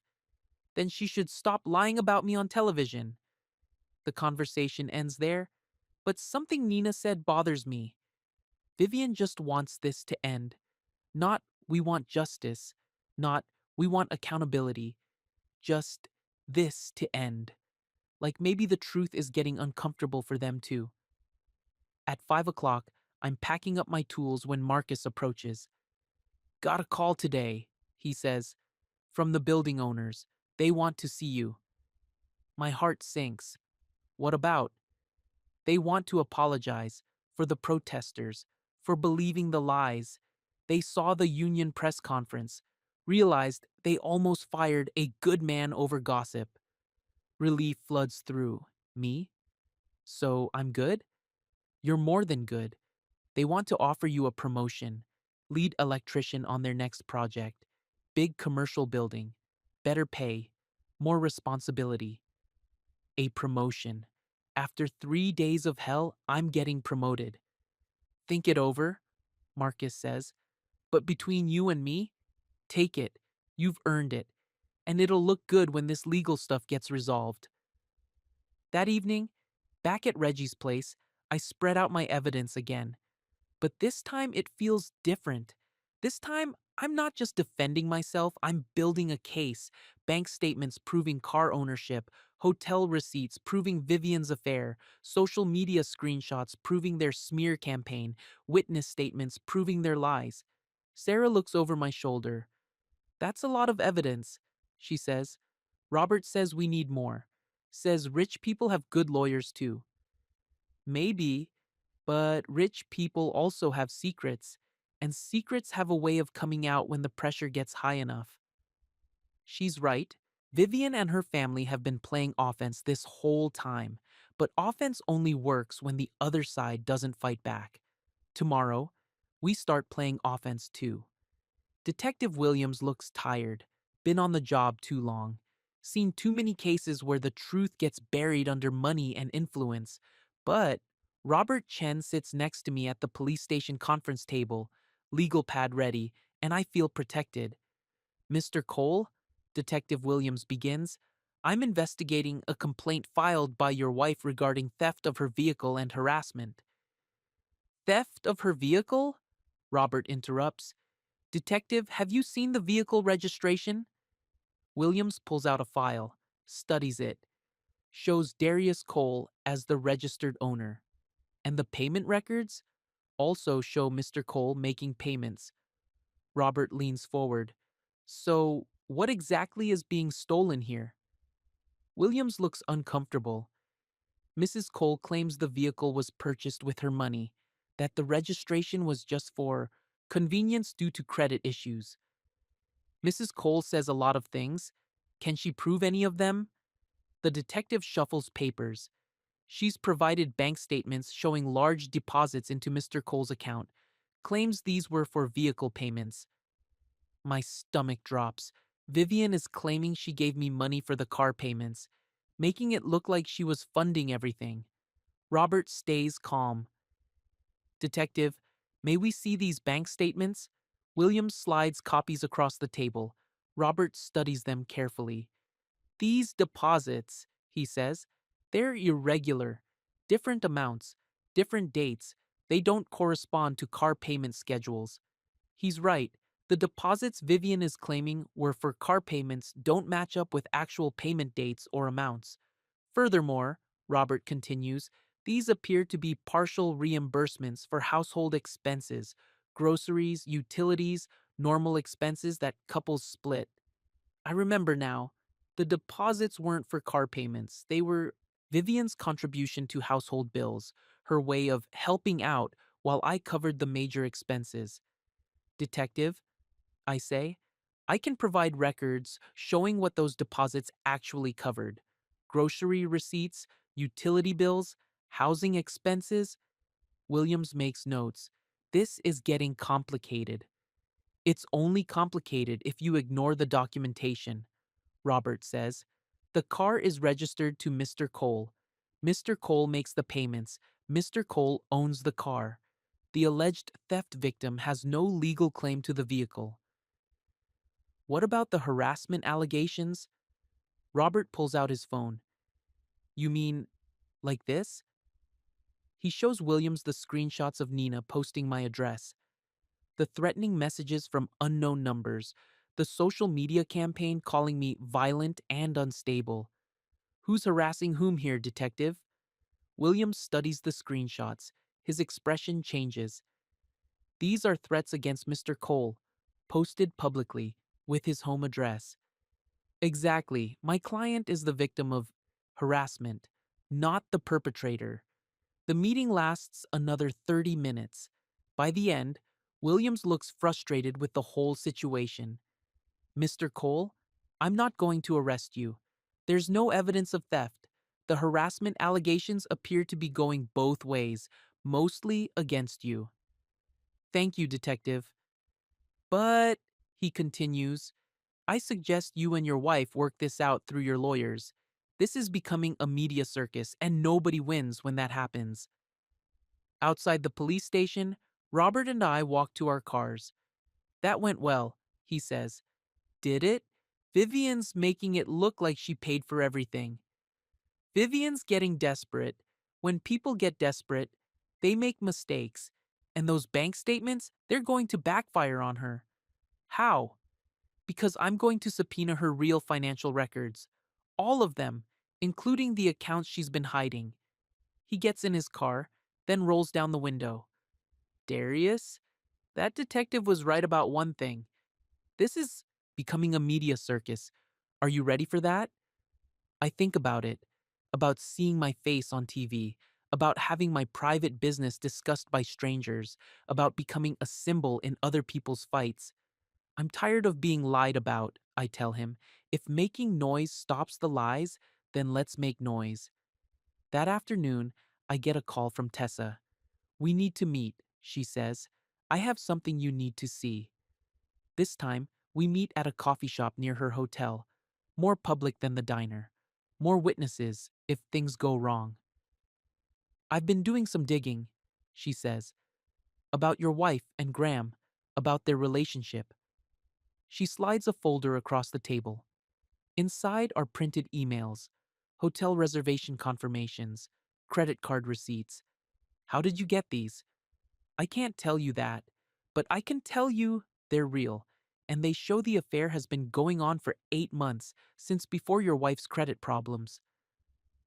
8 months before the credit problems, before I signed the car papers, before everything that led to this moment. Look at this one, Tessa says, pointing to an email. It's from Graham to Vivian. Subject line, post-merger strategy. The email talks about repositioning assets and managing optics and timeline for transition. It sounds like business, but the context makes it clear they're talking about ending my marriage. They've been planning this for months, I say. Gets better. Look at the date on that email. I check the date. 3 weeks before Vivian's birthday, before the dinner. Before the humiliation, the birthday dinner was a setup, Tessa says. They needed you to do something they could use against you. When you gave her that sweet gift instead of making a scene, they had to work harder to provoke you. That's why she laughed at it, why she was so cruel. Exactly. They needed you to be the angry black man. When you stayed calm, they had to take your card to make you react. But they miscalculated. They expected me to explode, to give them the dangerous, unstable narrative they needed. Instead, I just left. There's more, Tessa says. She shows me another email. This one from Vivian to Graham. The prenup is ironclad. He gets nothing unless I can prove fault. Need grounds that stick. Proof of fault. Grounds that stick. They were manufacturing reasons to void our prenuptial agreement, reasons to make sure I left with nothing. Why are you helping me? I asked Tessa. Because I watched my father destroy my mother the same way. Rich man, working class woman. When he was done with her, he made sure everyone thought she was crazy, unstable, made sure she lost everything. What happened to her? She killed herself 3 years after the divorce was final. Couldn't live with the shame he'd painted her with. The coffee shop feels too quiet, too normal for the weight of what she's telling me. I won't let it happen again, Tessa says. Not if I can help it.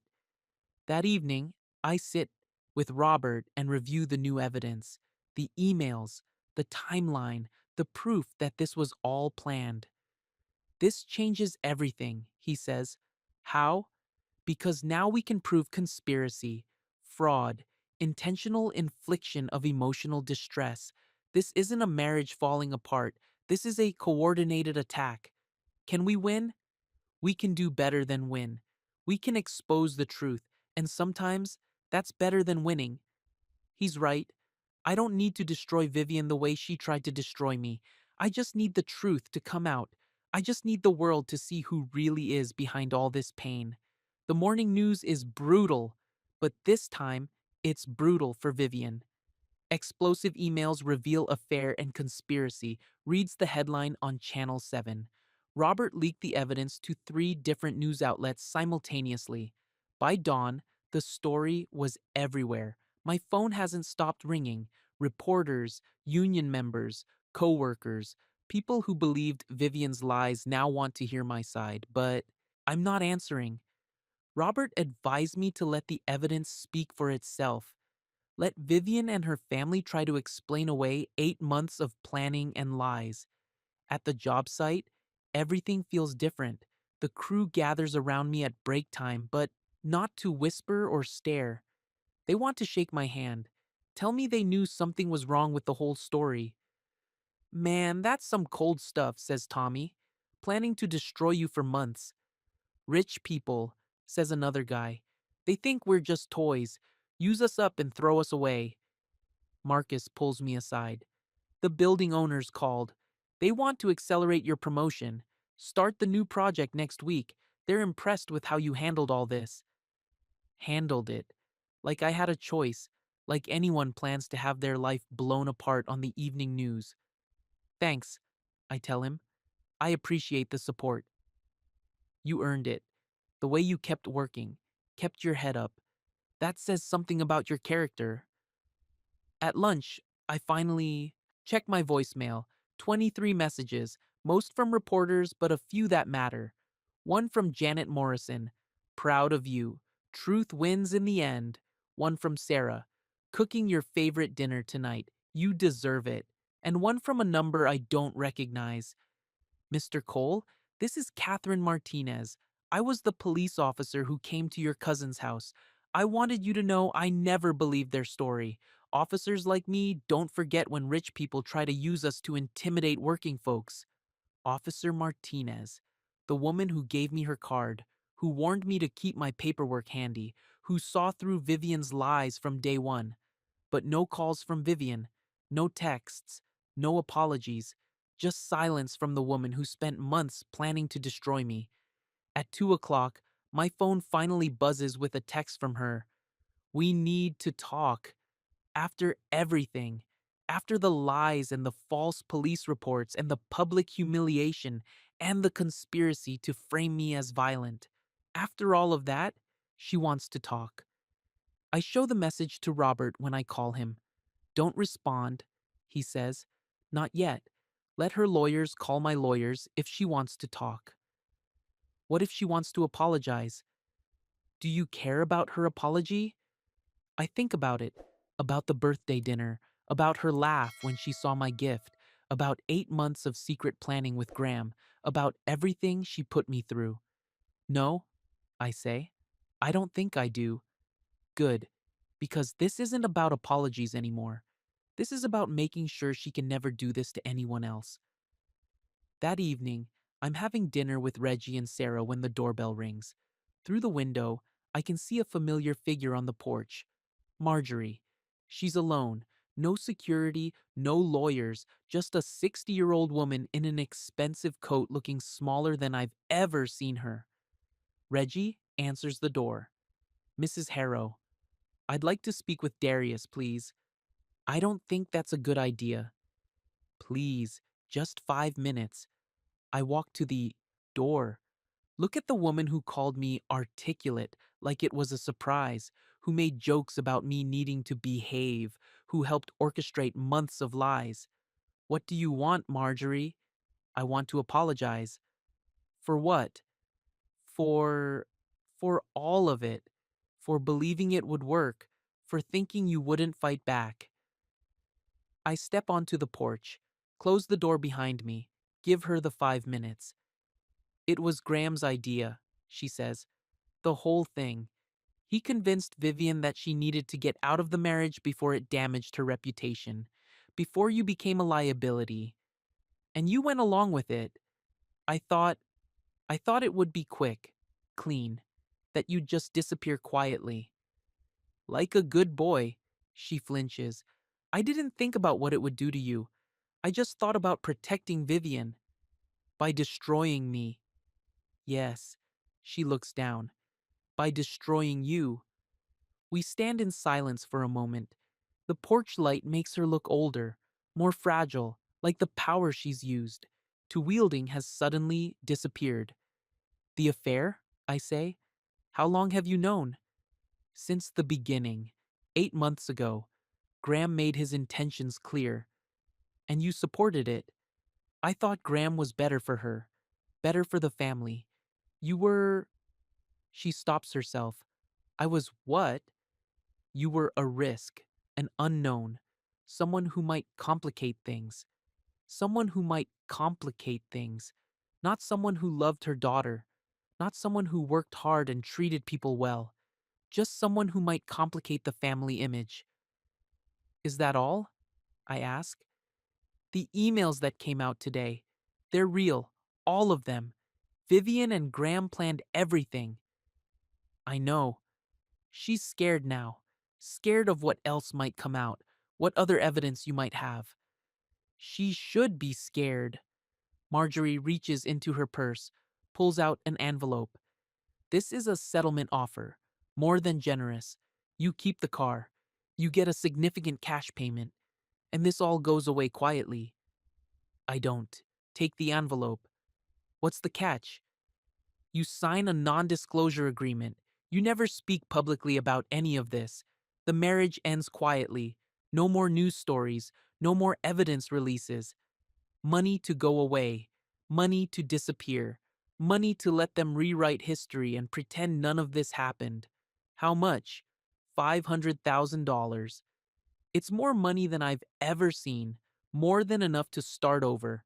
Buy a house. Live comfortably for years. But it's also blood money, payment for letting them get away with 8 months of lies. I'll think about it, I tell her. Don't think too long. This offer expires tomorrow at noon. She walks back to her car, a black Mercedes with a driver waiting. Even her apology comes with a deadline and a threat.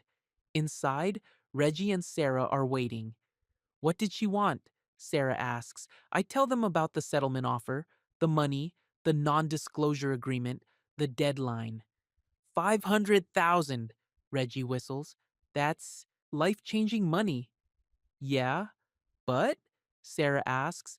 But it means they win. It means they get to go on destroying people and never face consequences. You can't save the world, Darius, Reggie says gently. You can only save yourself. He's right. I can't save the world. I can't stop rich people from being cruel to working people. I can't prevent the next person from going through what I've been through. But maybe I can do something else. Maybe I can make sure this particular story has the right ending.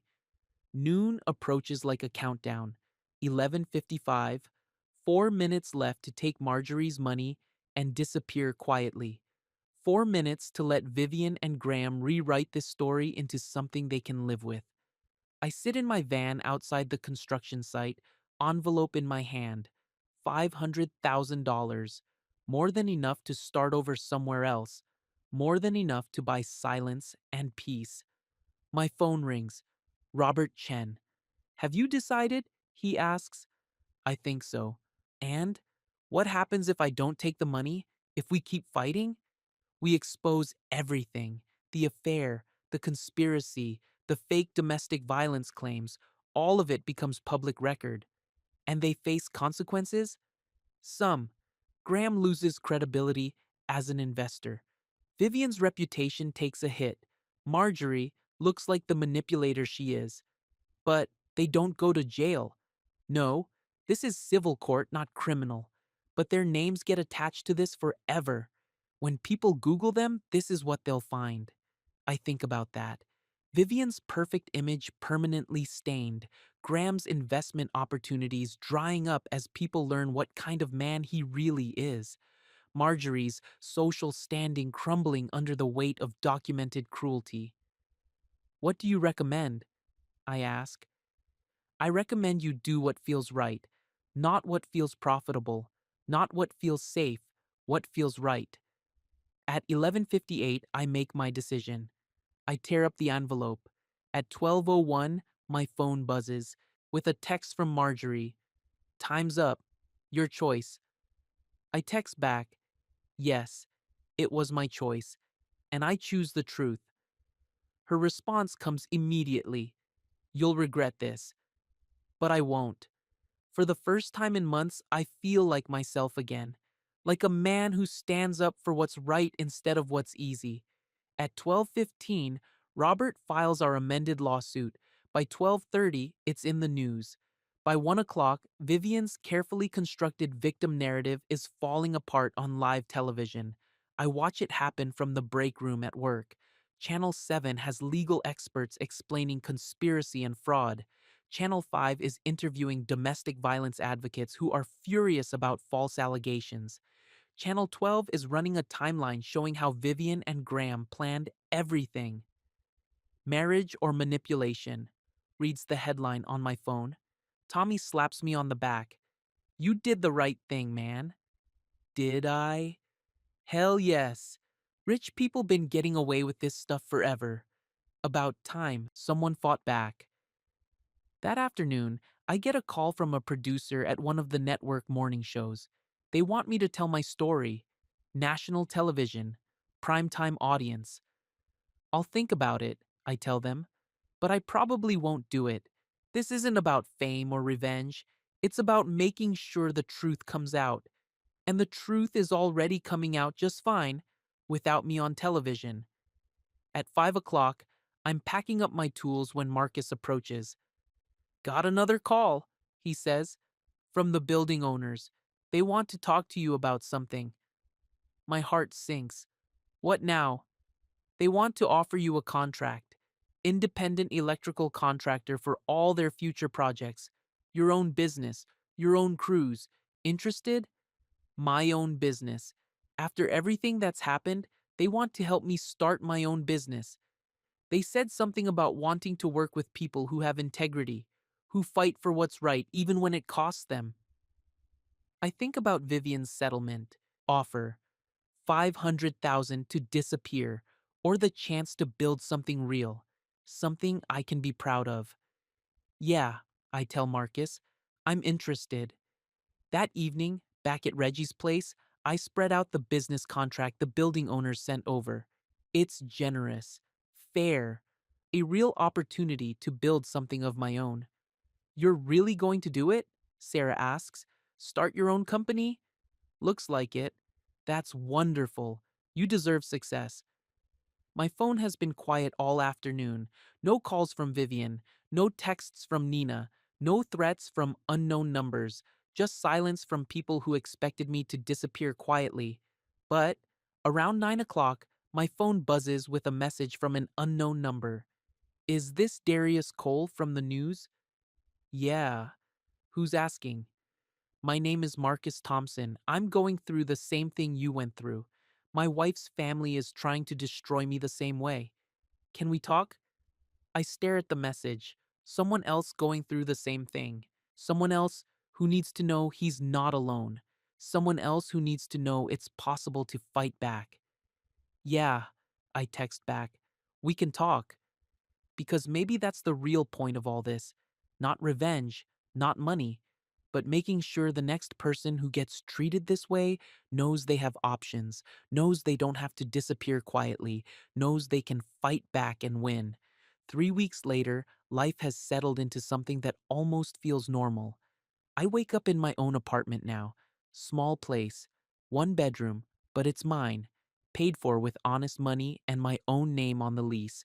The business is starting to take shape. Coal Electric Solutions. I've hired 2 guys from my old crew, good workers who believe in doing things right. The building contract is just the beginning. Word spreads fast when you do quality work. My phone still buzzes with interview requests, reporters who want to do follow-up stories, producers who think my story would make a good documentary. But I'm done being a story. I'm ready to just be a man who works and lives and builds something good. The legal case moves forward slowly. Depositions, document production, lawyers arguing over details. Robert says we're winning, but winning in court is different from winning in life. In court, you get judgments and settlements. In life, you get peace and dignity. I'm more interested in the life kind of winning. Vivian hasn't tried to contact me since the settlement offer expired. No apologies, no explanations, no acknowledgement that 8 months of planning to destroy someone might require some kind of reckoning. But that's who she is. That's who she always was. I just couldn't see it when I was too busy feeling grateful that someone like her would choose someone like me. Graham's investment fund collapsed last week. Turns out investors don't like funding people who manipulate marriages for financial gain. Funny how that works. Marjorie released a statement through her lawyers. Something about family privacy and moving forward. No mention of the planning, no mention of the lies, no mention of trying to destroy an innocent man because he didn't know his place. But Nina surprised me. 2 days ago, she sent a direct message on Instagram. I'm sorry, I didn't know how deep it went. I just followed their lead. Not much of an apology, but more than I expected from any of them. This morning, I'm at a coffee shop near the job site when I see a familiar face. Tessa Lynn, sitting at a corner table with a laptop and a stack of papers. Darius! She waves me over. How are you? Good. Better than good, actually. Starting my own business. I heard.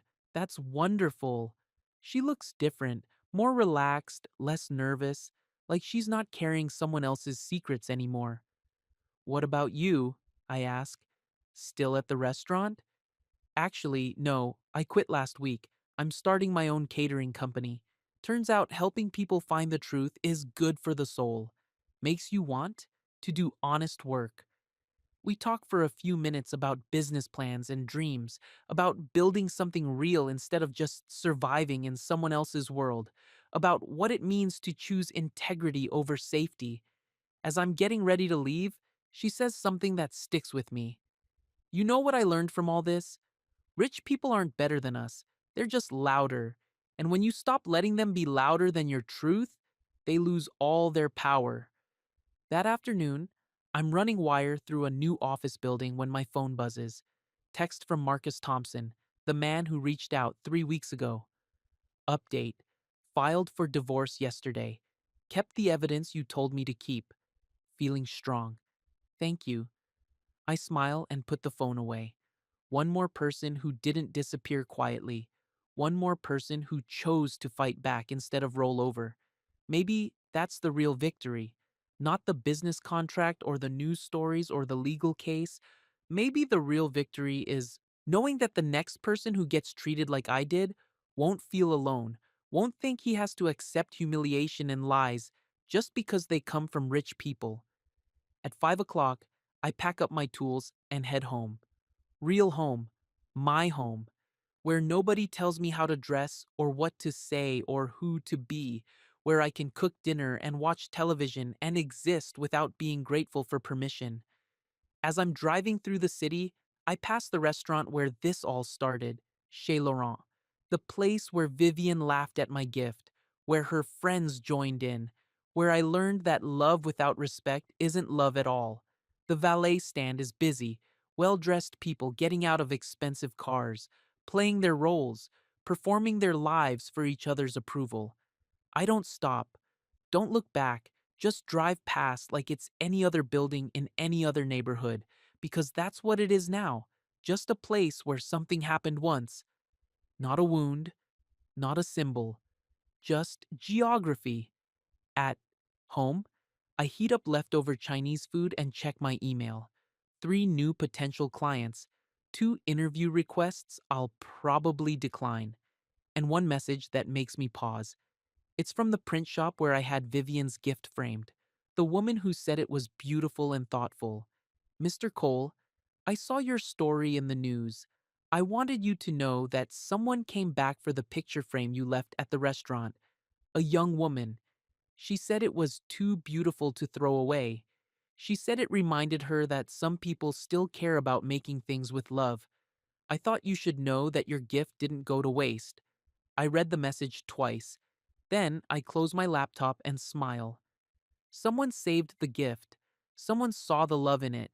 Someone understood what I was trying to say about building a home instead of a showroom. That's enough. That's victory. 2 months after everything fell apart, I'm packing for a business trip. New clients in Atlanta want to see my work, want to talk about a major electrical contract for a shopping center they're building. The hotel is nice. Nothing fancy, but clean and comfortable. The kind of place where working people stay when they're building something real. Not the kind of place where Vivian would ever set foot. As I fold my clothes into the small suitcase, I think about how different this feels from the last time I packed. That night in the penthouse guest room, stuffing essentials into a bag while Vivian pounded on the door, running away from a life that was never really mine. This time, I'm not running, I'm moving forward. My phone buzzes. Text from Janet Morrison. Saw the Atlanta contract announcement. Proud of you. The news broke yesterday. Cole Electric Solutions awarded a $2 million project. My name in the business section instead of the gossip pages. Success based on merit instead of scandal. Another text, this one from Sarah. Call us when you land.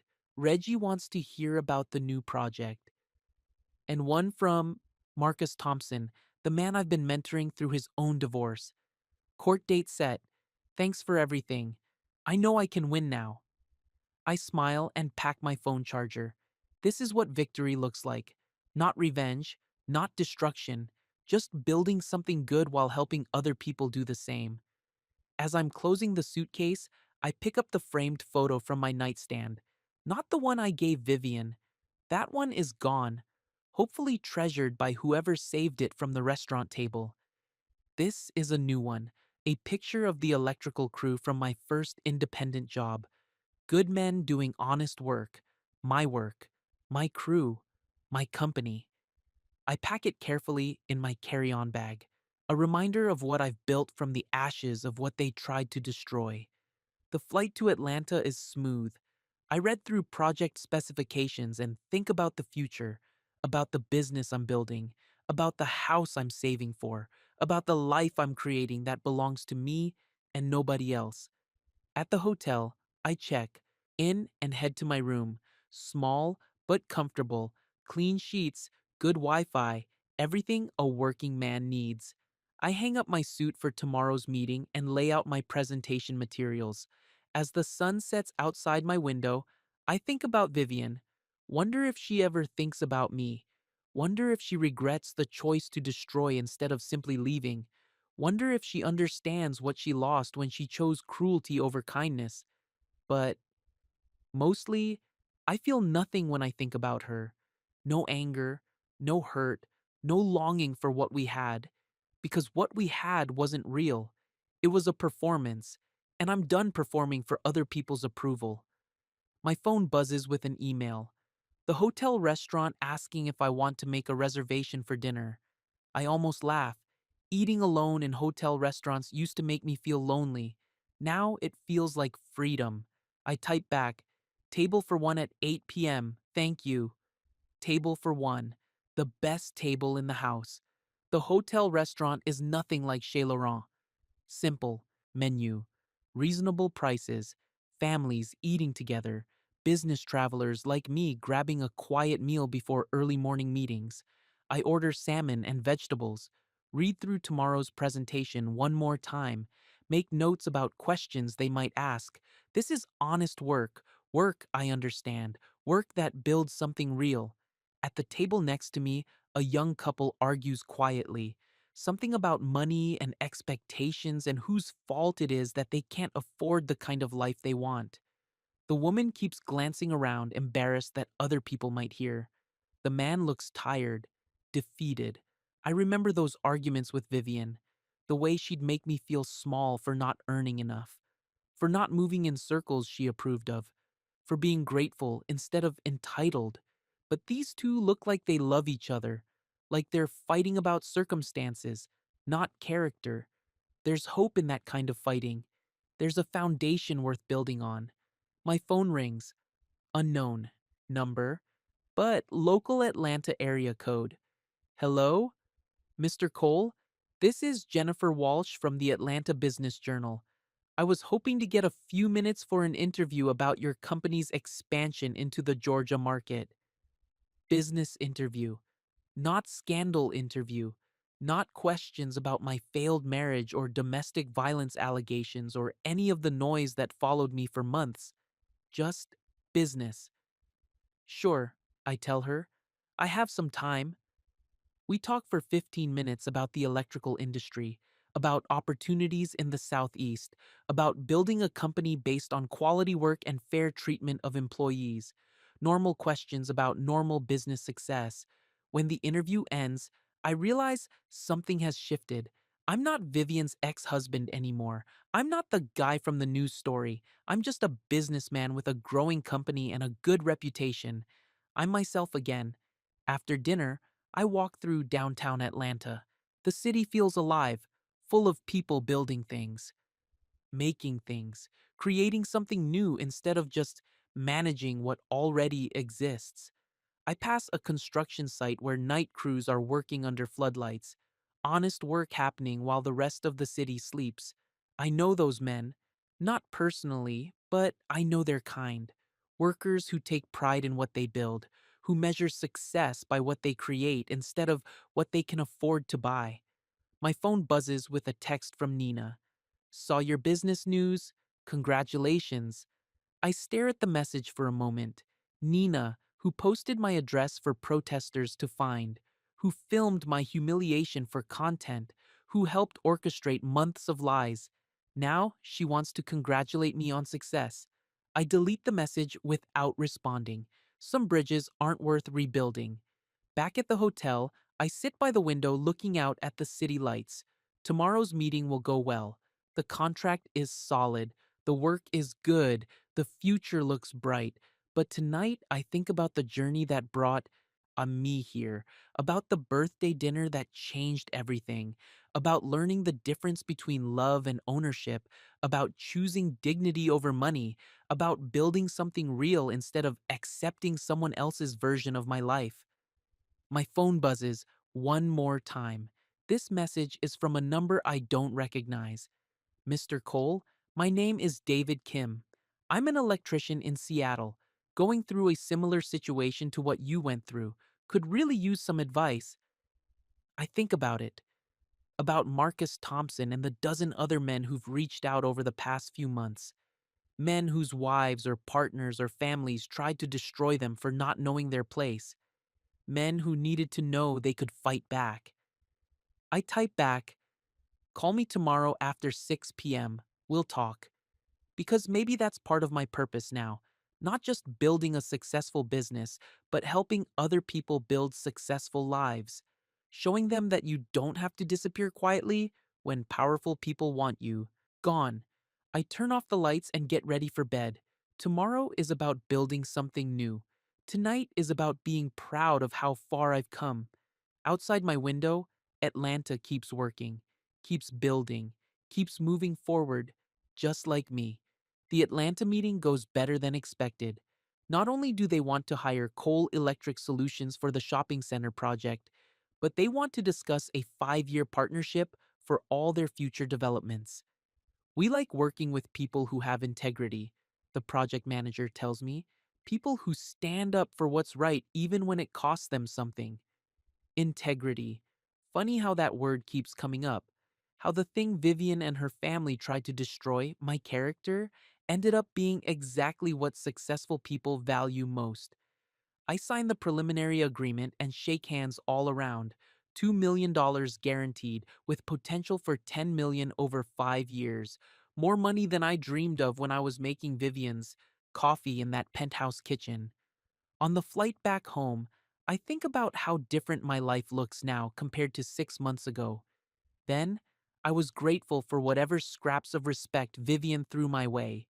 Now, I'm building something that belongs entirely to me. The plane lands at 7 p.m. I take the train into the city, watching familiar landmarks pass by the window. This place is home now. Not because someone lets me live here, but because I chose to stay and fight for my place. At my apartment, I pour a beer and check my messages. 3 more potential clients, a call from Robert Chen about the final settlement negotiations, and one voicemail that makes me pause. Darius, this is Vivian. I know you probably don't want to hear from me, but we need to talk. In person. Please. I stare at the phone. After months of silence, after everything that happened, she wants to talk. The smart thing would be to delete the message, to let Robert handle any communication through lawyers. But curiosity wins. I call her back. Hello? Her voice sounds smaller than I remember. Tired. You called. Yes. Thank you for calling back. I wasn't sure you would. What do you want, Vivian? I want to apologize. Really apologize. For all of it. Okay. Can we meet? Somewhere public, neutral. I promise it's not a trick or a trap or anything like that. I think about it. About the woman who laughed at my gift, who filed false police reports, who tried to destroy my reputation and my livelihood. What could she possibly have to say now that would matter? Why? I ask. Because I owe you the truth, the real truth, about everything that happened. I know the truth. You and Graham planned to get rid of me. You needed me to look bad so you could void the prenup. You got caught. End of story. There's more to it than that. Things you don't know. Things that change the story. Something in her voice makes me hesitate. Not the polished, perfect voice from our marriage. Something more human, more broken. One meeting, I tell her. Public place. 1 hour. Thank you. We agree to meet the next evening at a coffee shop downtown. Neutral territory, plenty of witnesses, safe for both of us. After I hang up, I sit in my apartment wondering what she could possibly tell me that I don't already know. What truth could be more damaging than what's already come out? But part of me needs to hear it. Not because I want to get back together, not because I forgive her for what she did, but because I need to understand how someone I loved could plan to destroy me so methodically. I need to understand how I missed the signs that the person I married was capable of such calculated cruelty. The next evening, I arrive at the coffee shop first. Choose a table near the window where other people can see us. order black coffee, and wait. Vivian walks in 5 minutes later. She looks different, thinner. Her hair isn't perfect. Her makeup is minimal. She's wearing jeans and a simple sweater instead of designer clothes. She looks more human than I've seen her in years. "Thank you for coming," she says, sitting across from me. "You have 1 hour." She orders tea, sits quietly for a moment. Then she starts talking. "Graham is in federal prison." I wasn't expecting that. For what? Tax evasion, money laundering, wire fraud. Turns out his entire investment fund was a Ponzi scheme. He was stealing from clients to pay other clients, using family money to cover the gaps. When did this happen? 3 weeks ago. FBI raided his offices, froze all his accounts, arrested him at his house at 6 in the morning. I processed this. Graham, the smooth talking investor who helped orchestrate my destruction, is now in federal custody. What does that have to do with me? "He made me do it," she says quietly. "The whole thing. Planning to divorce you, making you look unstable. All of it was his idea." I shake my head. "Nobody made you do anything, Vivian. You chose to hurt me." "No, you don't understand. He had leverage on me, financial leverage. My father's company was investing with Graham, millions of dollars. If I didn't go along with his plan, he threatened to bankrupt my family. So you chose to destroy me instead." "I chose to protect my family. I thought, I thought you'd just disappear quietly. I didn't think you'd fight back. I didn't think you'd have evidence. You didn't think I was smart enough to defend myself." She flinches.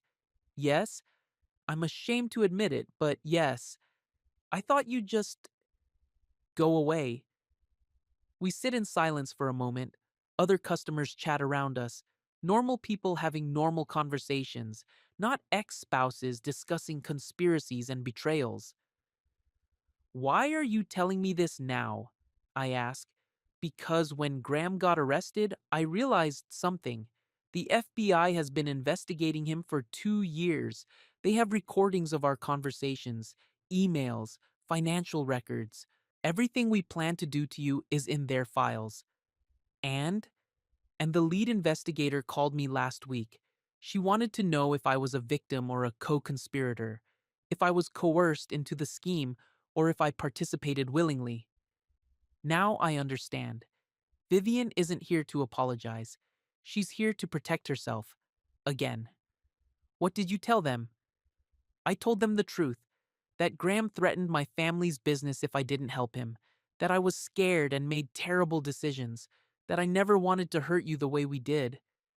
"But you did hurt me." "I know." Tears start forming in her eyes. "I know I did. And I'm sorry. I'm so, so sorry." The tears look real, but I've seen Vivian perform before. I've seen her manufacture emotions when she needed them. "What do you want from me?" I ask. "Nothing. I don't want anything. I just wanted you to know that it wasn't personal, that it wasn't really about you. You got caught in the middle of something bigger. It felt personal when you laughed at my gift." "I know. God, I know how that must have felt. That was the worst part, having to be cruel to you to sell the story." "Having to be cruel? Like it was a performance requirement instead of a choice." "Are you going to prison?" I ask. "I don't know. My lawyers think probably not. The FBI seems to believe that I was coerced, but I might have to testify against Graham." "Will you?" "Yes.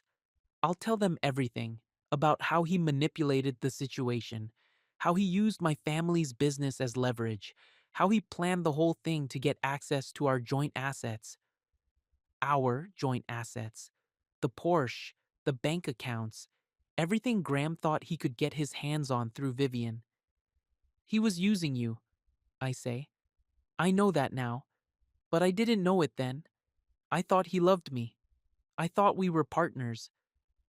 Like I thought you loved me." She looks down at her hands. "I did love you, in my way. But I loved my family more. I loved our lifestyle more. I loved the security more. That's not love, Vivian. That's just using someone until something better comes along. I know that now. We finish our drinks in silence. An hour has passed. Time to go. Thank you for meeting me, she says as we stand to leave. Thank you for the truth.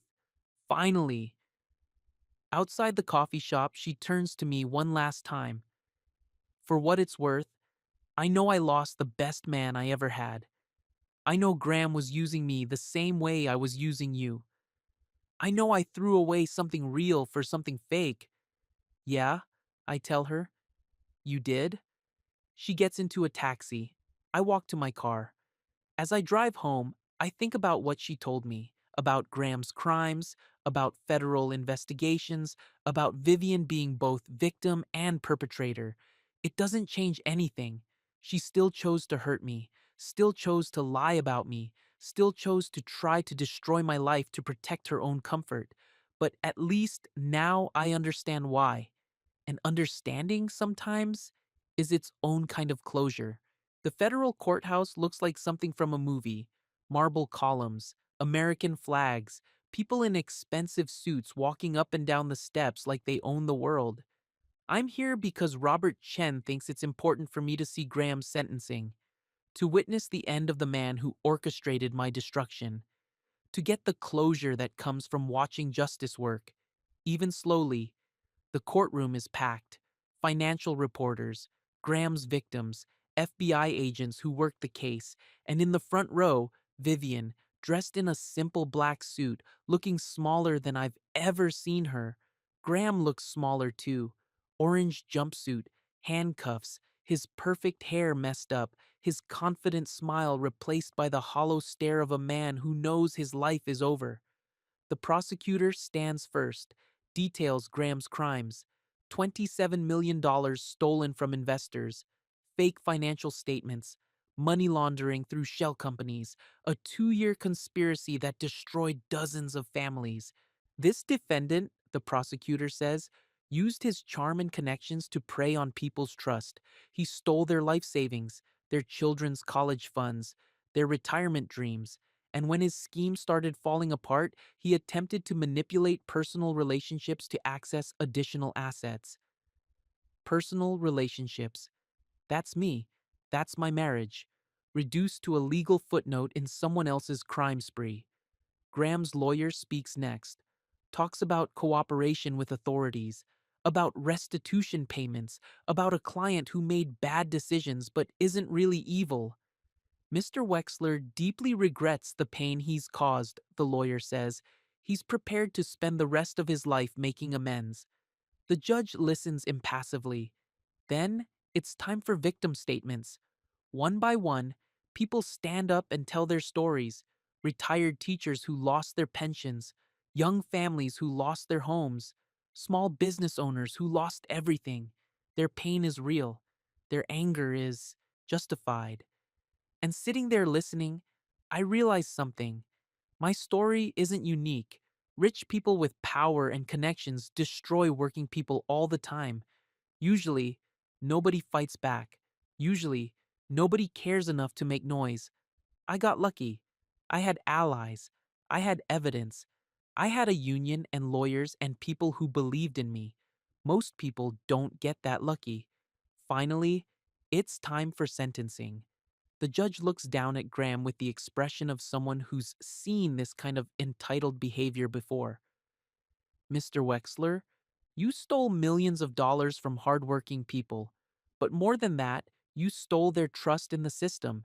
You made them believe that people like you always win and people like them always lose. The judge pauses, lets the words sink in. Today, you learn that's not always true. Today, the system works the way it's supposed to work.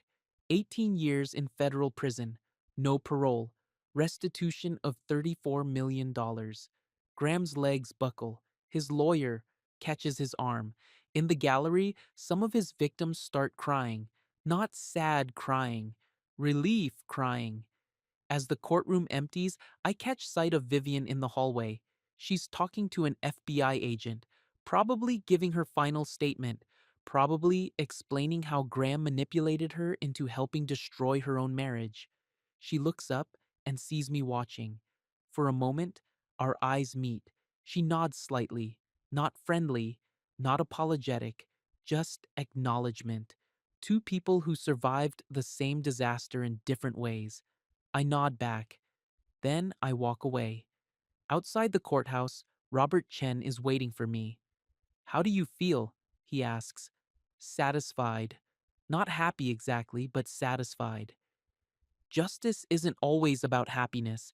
Sometimes it's just about making sure bad people face consequences for bad actions. We walk to our cars together. The afternoon sun makes the marble steps look golden, beautiful even.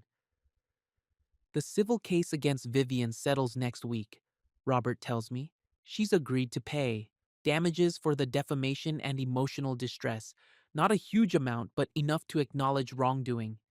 How much? $50,000, and a public statement acknowledging that her domestic violence allegations were false. $50,000. Not life changing money, but important money. Money that says actions have consequences. Money that says you can't lie about people without cost. And the non disclosure agreement? No non disclosure. The settlement is public. Her admission of false allegations is public. Anyone who Googles her name will find the truth. That's better than money. That's justice. Thank you, I tell Robert, for everything. Thank you for trusting me, for choosing to fight instead of disappearing quietly. We shake hands. He gets in his car and drives away. I stand on the courthouse steps for a moment longer, looking up at those marble columns. Justice isn't always perfect. It's not always fast. But sometimes, if you're willing to fight for it, it works. Sometimes the truth wins. 6 months later, Coal Electric Solutions has 15 employees and contracts in 4 states.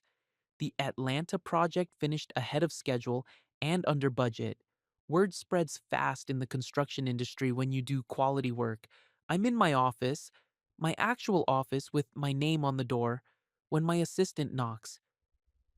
Mr. Cole, there's someone here to see you. Says it's personal.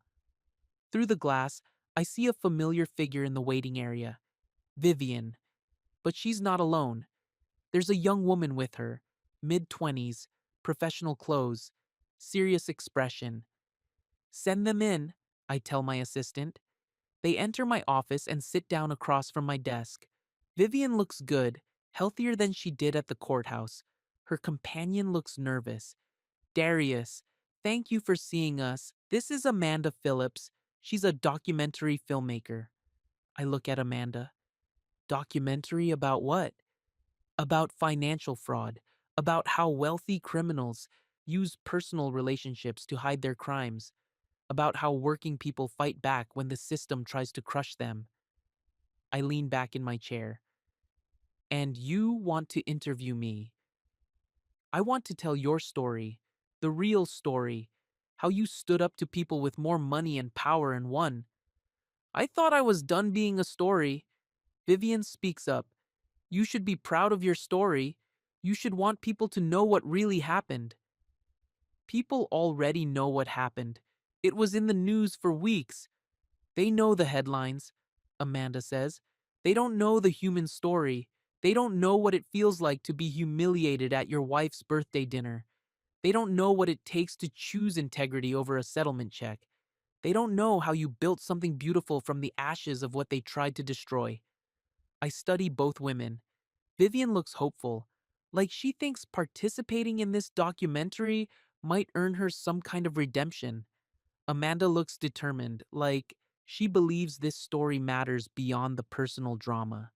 Why now? I ask. Because Graham's case is closed, Vivian says.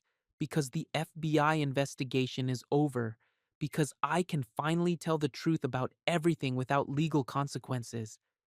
And because stories like yours give other people hope, Amanda adds. Hope that they can fight back.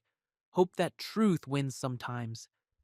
I think about Marcus Thompson, whose divorce just finalized in his favor, about David Kim in Seattle, who kept his business when his ex wife tried to destroy it, about the dozens of men who've reached out over the past year asking for advice and encouragement. Maybe the story does matter. Maybe telling it helps the next person who faces similar circumstances. What would you need from me? I ask.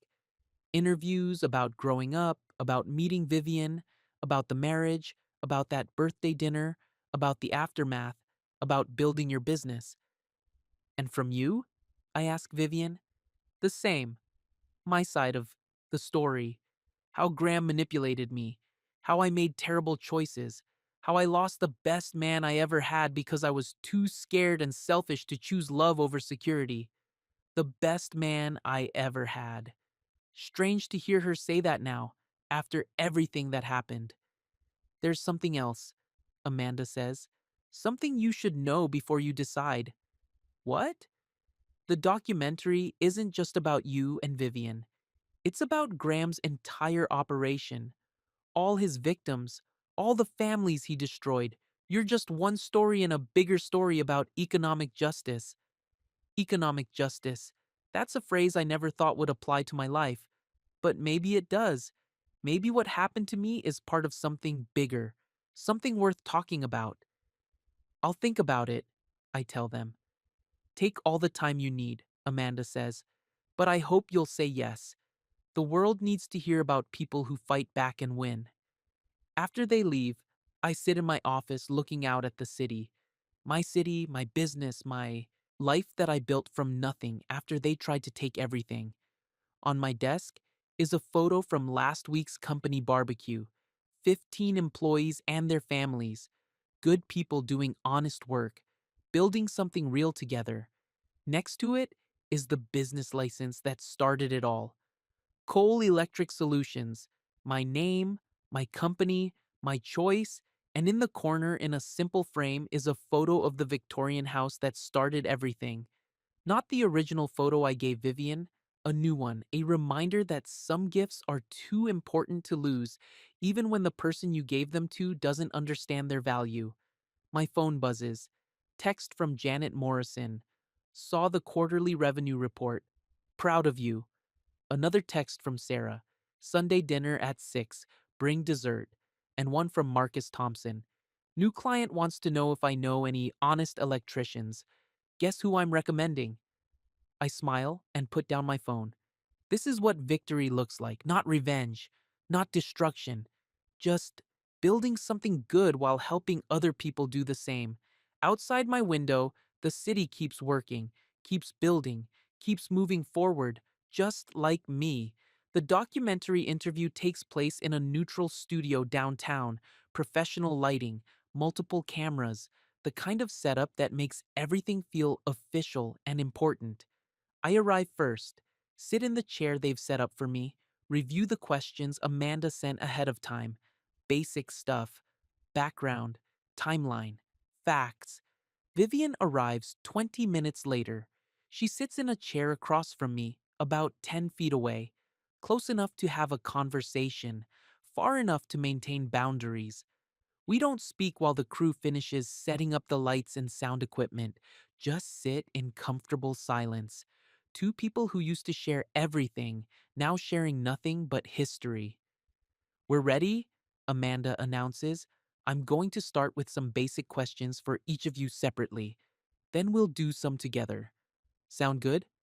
We both nod. She starts with me. Childhood, family, work, meeting Vivian, the early days of our relationship when everything felt possible. Tell me about the birthday dinner, Amanda says. What were you hoping to accomplish with your gift? I think about that question, about the 3 weeks I spent restoring that photograph, about the note I wrote, about the hope I carried into that restaurant. I was trying to show her that love doesn't have to be expensive to be real, that the best gifts come from knowing someone deeply enough to understand what they need. I thought she needed to remember what home felt like before it became a showroom. And when she laughed at it, I realized I'd been wrong about everything, about her, about us, about what love meant to her. What did it mean to her? performance, status, something that made her look good to other people.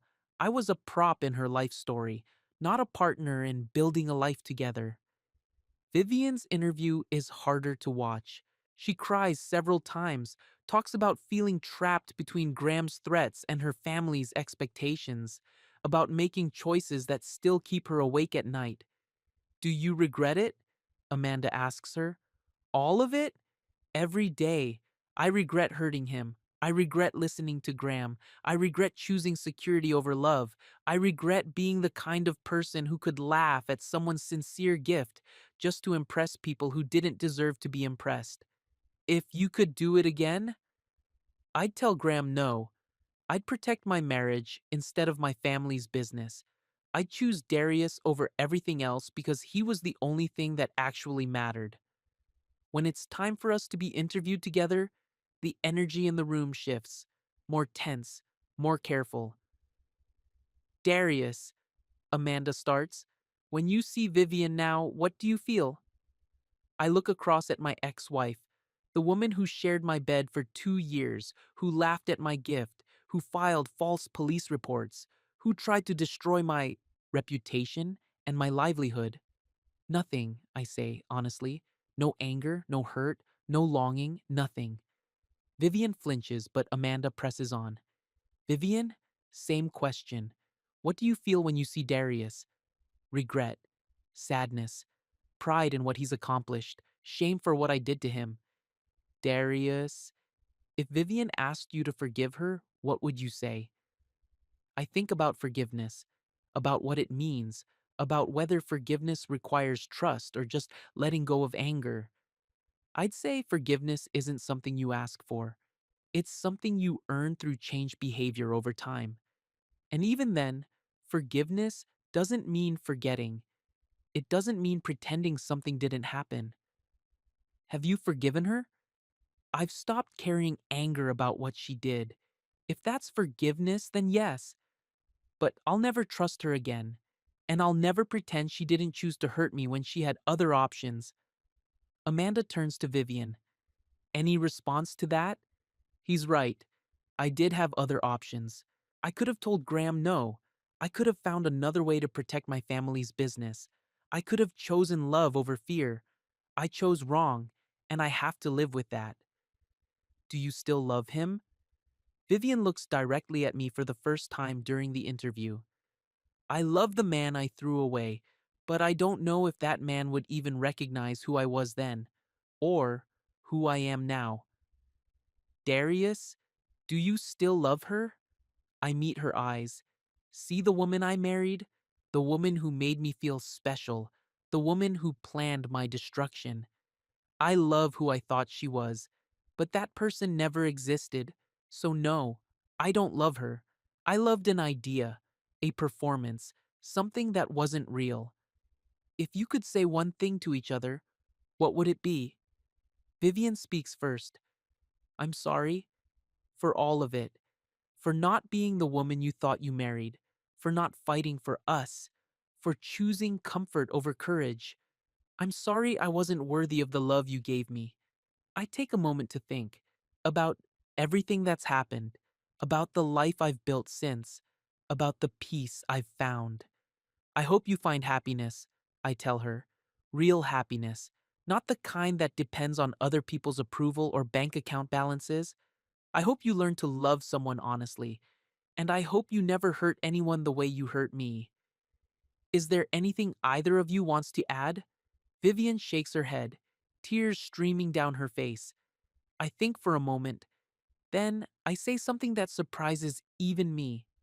I'm grateful it happened, not grateful for the pain or the lies or the humiliation, but grateful that I learned the difference between love and ownership. Grateful that I learned I'm stronger than I thought I was. Grateful that I built something real from the pieces of what you tried to destroy. Any final thoughts? Some people use love as a weapon, I say. They use it to control people, to make people grateful for basic respect, to keep people small and quiet and grateful.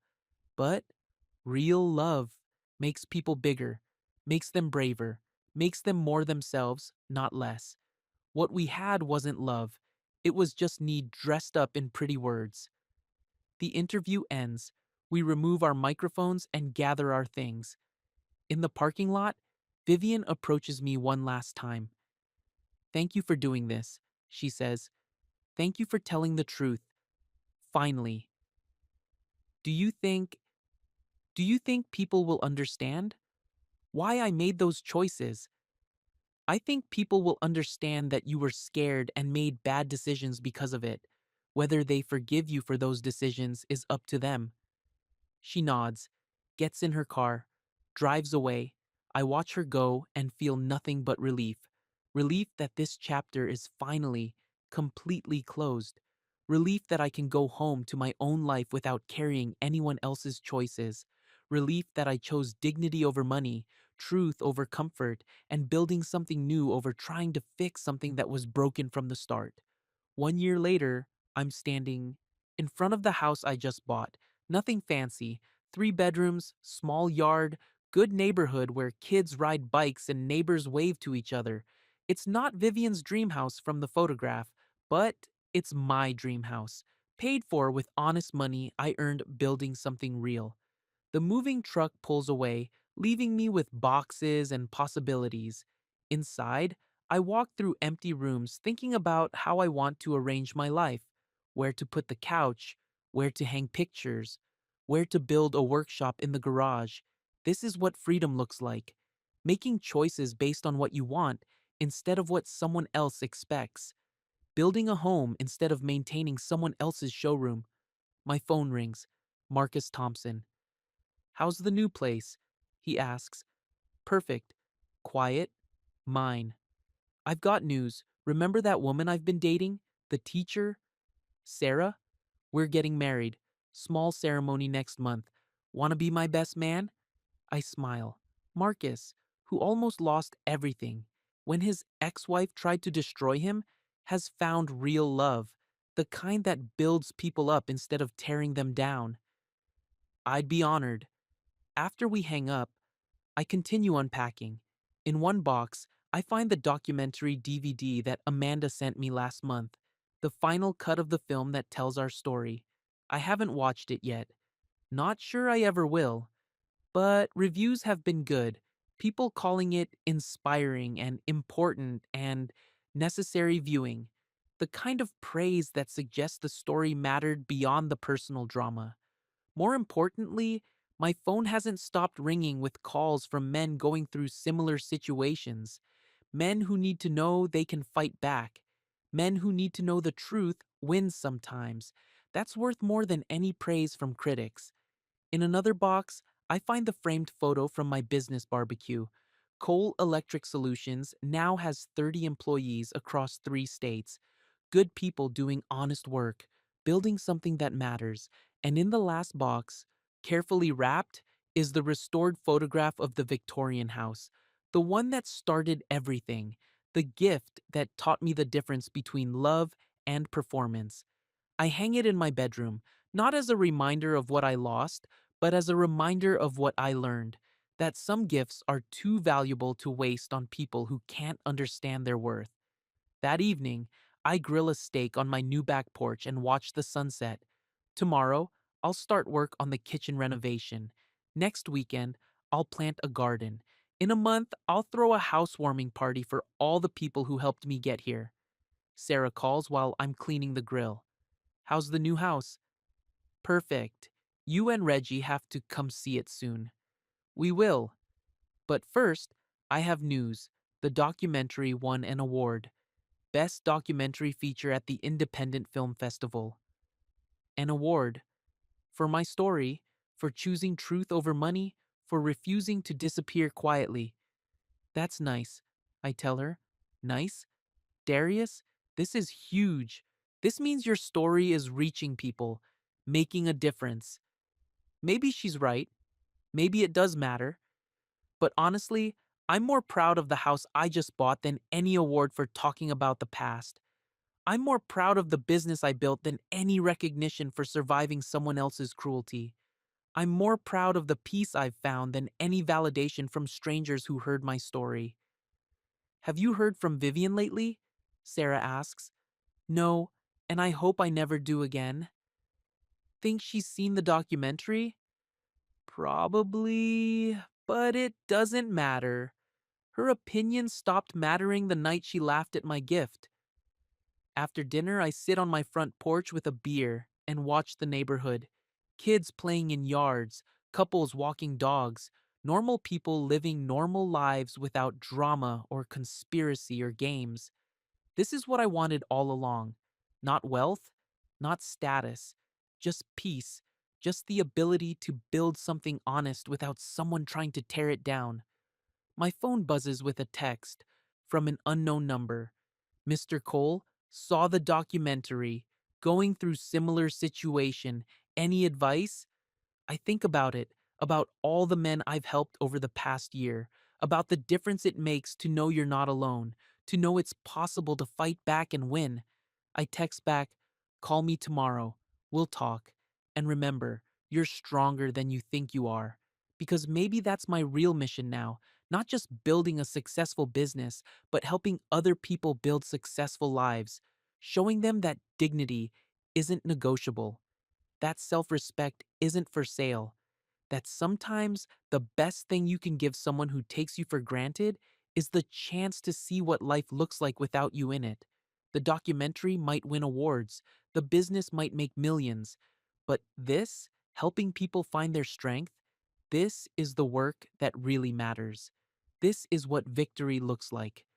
2 years after everything fell apart and rebuilt itself into something better, I wake up in my own house to the sound of birds instead of traffic.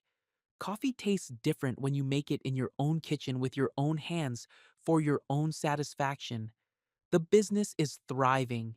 Coal Electric Solutions landed a government contract last month. Schools and hospitals across 3 states, work that matters, work that builds communities instead of just bank accounts. But this morning is special. Today, I'm driving to Marcus Thompson's wedding. The man I helped find his strength is marrying a woman who sees his worth. Real love. The kind that builds people up. I put on my good suit. Not the one Vivian bought me, but the one I bought for myself when I could afford quality instead of just clothing, and head out to my garage. The Porsche sits there like a metallic memory. Still mine. Still paid for with my own money. But I rarely drive it anymore. It reminds me too much of that night, of taking back what belonged to me, of the moment I stopped being grateful for scraps of respect. Today, though, it feels right. Today, I'm driving to celebrate a man who learned the same lesson I did, that love without respect isn't love at all. The car starts with its familiar purr. As I back out of my driveway, I see Mrs. Henderson next door watering her garden. She waves. I wave back. Normal neighborly interaction. No performance, no calculation, just humans being decent to each other. The drive to the wedding venue takes me through downtown, past the construction site where I used to work, past the Union Hall where Janet Morrison first helped me fight back, past the courthouse where Graham got 18 years for stealing people's dreams. All of it feels like ancient history now, important history that shaped who I became, but history nonetheless. At a red light, I check my phone. Text from the documentary producer. Film just got picked up by Netflix, going global next month. Global. My story spreading around the world. Maybe helping people I'll never meet in places I'll never see.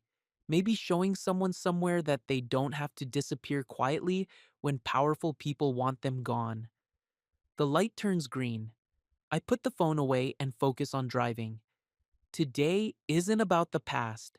Today is about celebrating the future. The wedding is perfect, small, honest. Marcus and Sarah promising to love each other without conditions or calculations, to build a life together instead of just performing one for other people's approval. During the reception, I'm standing at the bar when someone taps my shoulder. Excuse me, are you Darius Cole? I turn around. Young woman, maybe 25, professional clothes, determined expression. Yes, I'm Jessica Martinez. My father went through something similar to what you went through. Not exactly the same, but rich employer tried to destroy him when he asked for fair wages. Your documentary helped him fight back. He wanted me to thank you if I ever met you. Is he okay? Better than okay. He won his case, got his job back, got compensation for what they put him through, and he started a support group for other workers dealing with similar situations. A support group, people helping people, the ripple effect of choosing to fight instead of disappearing quietly.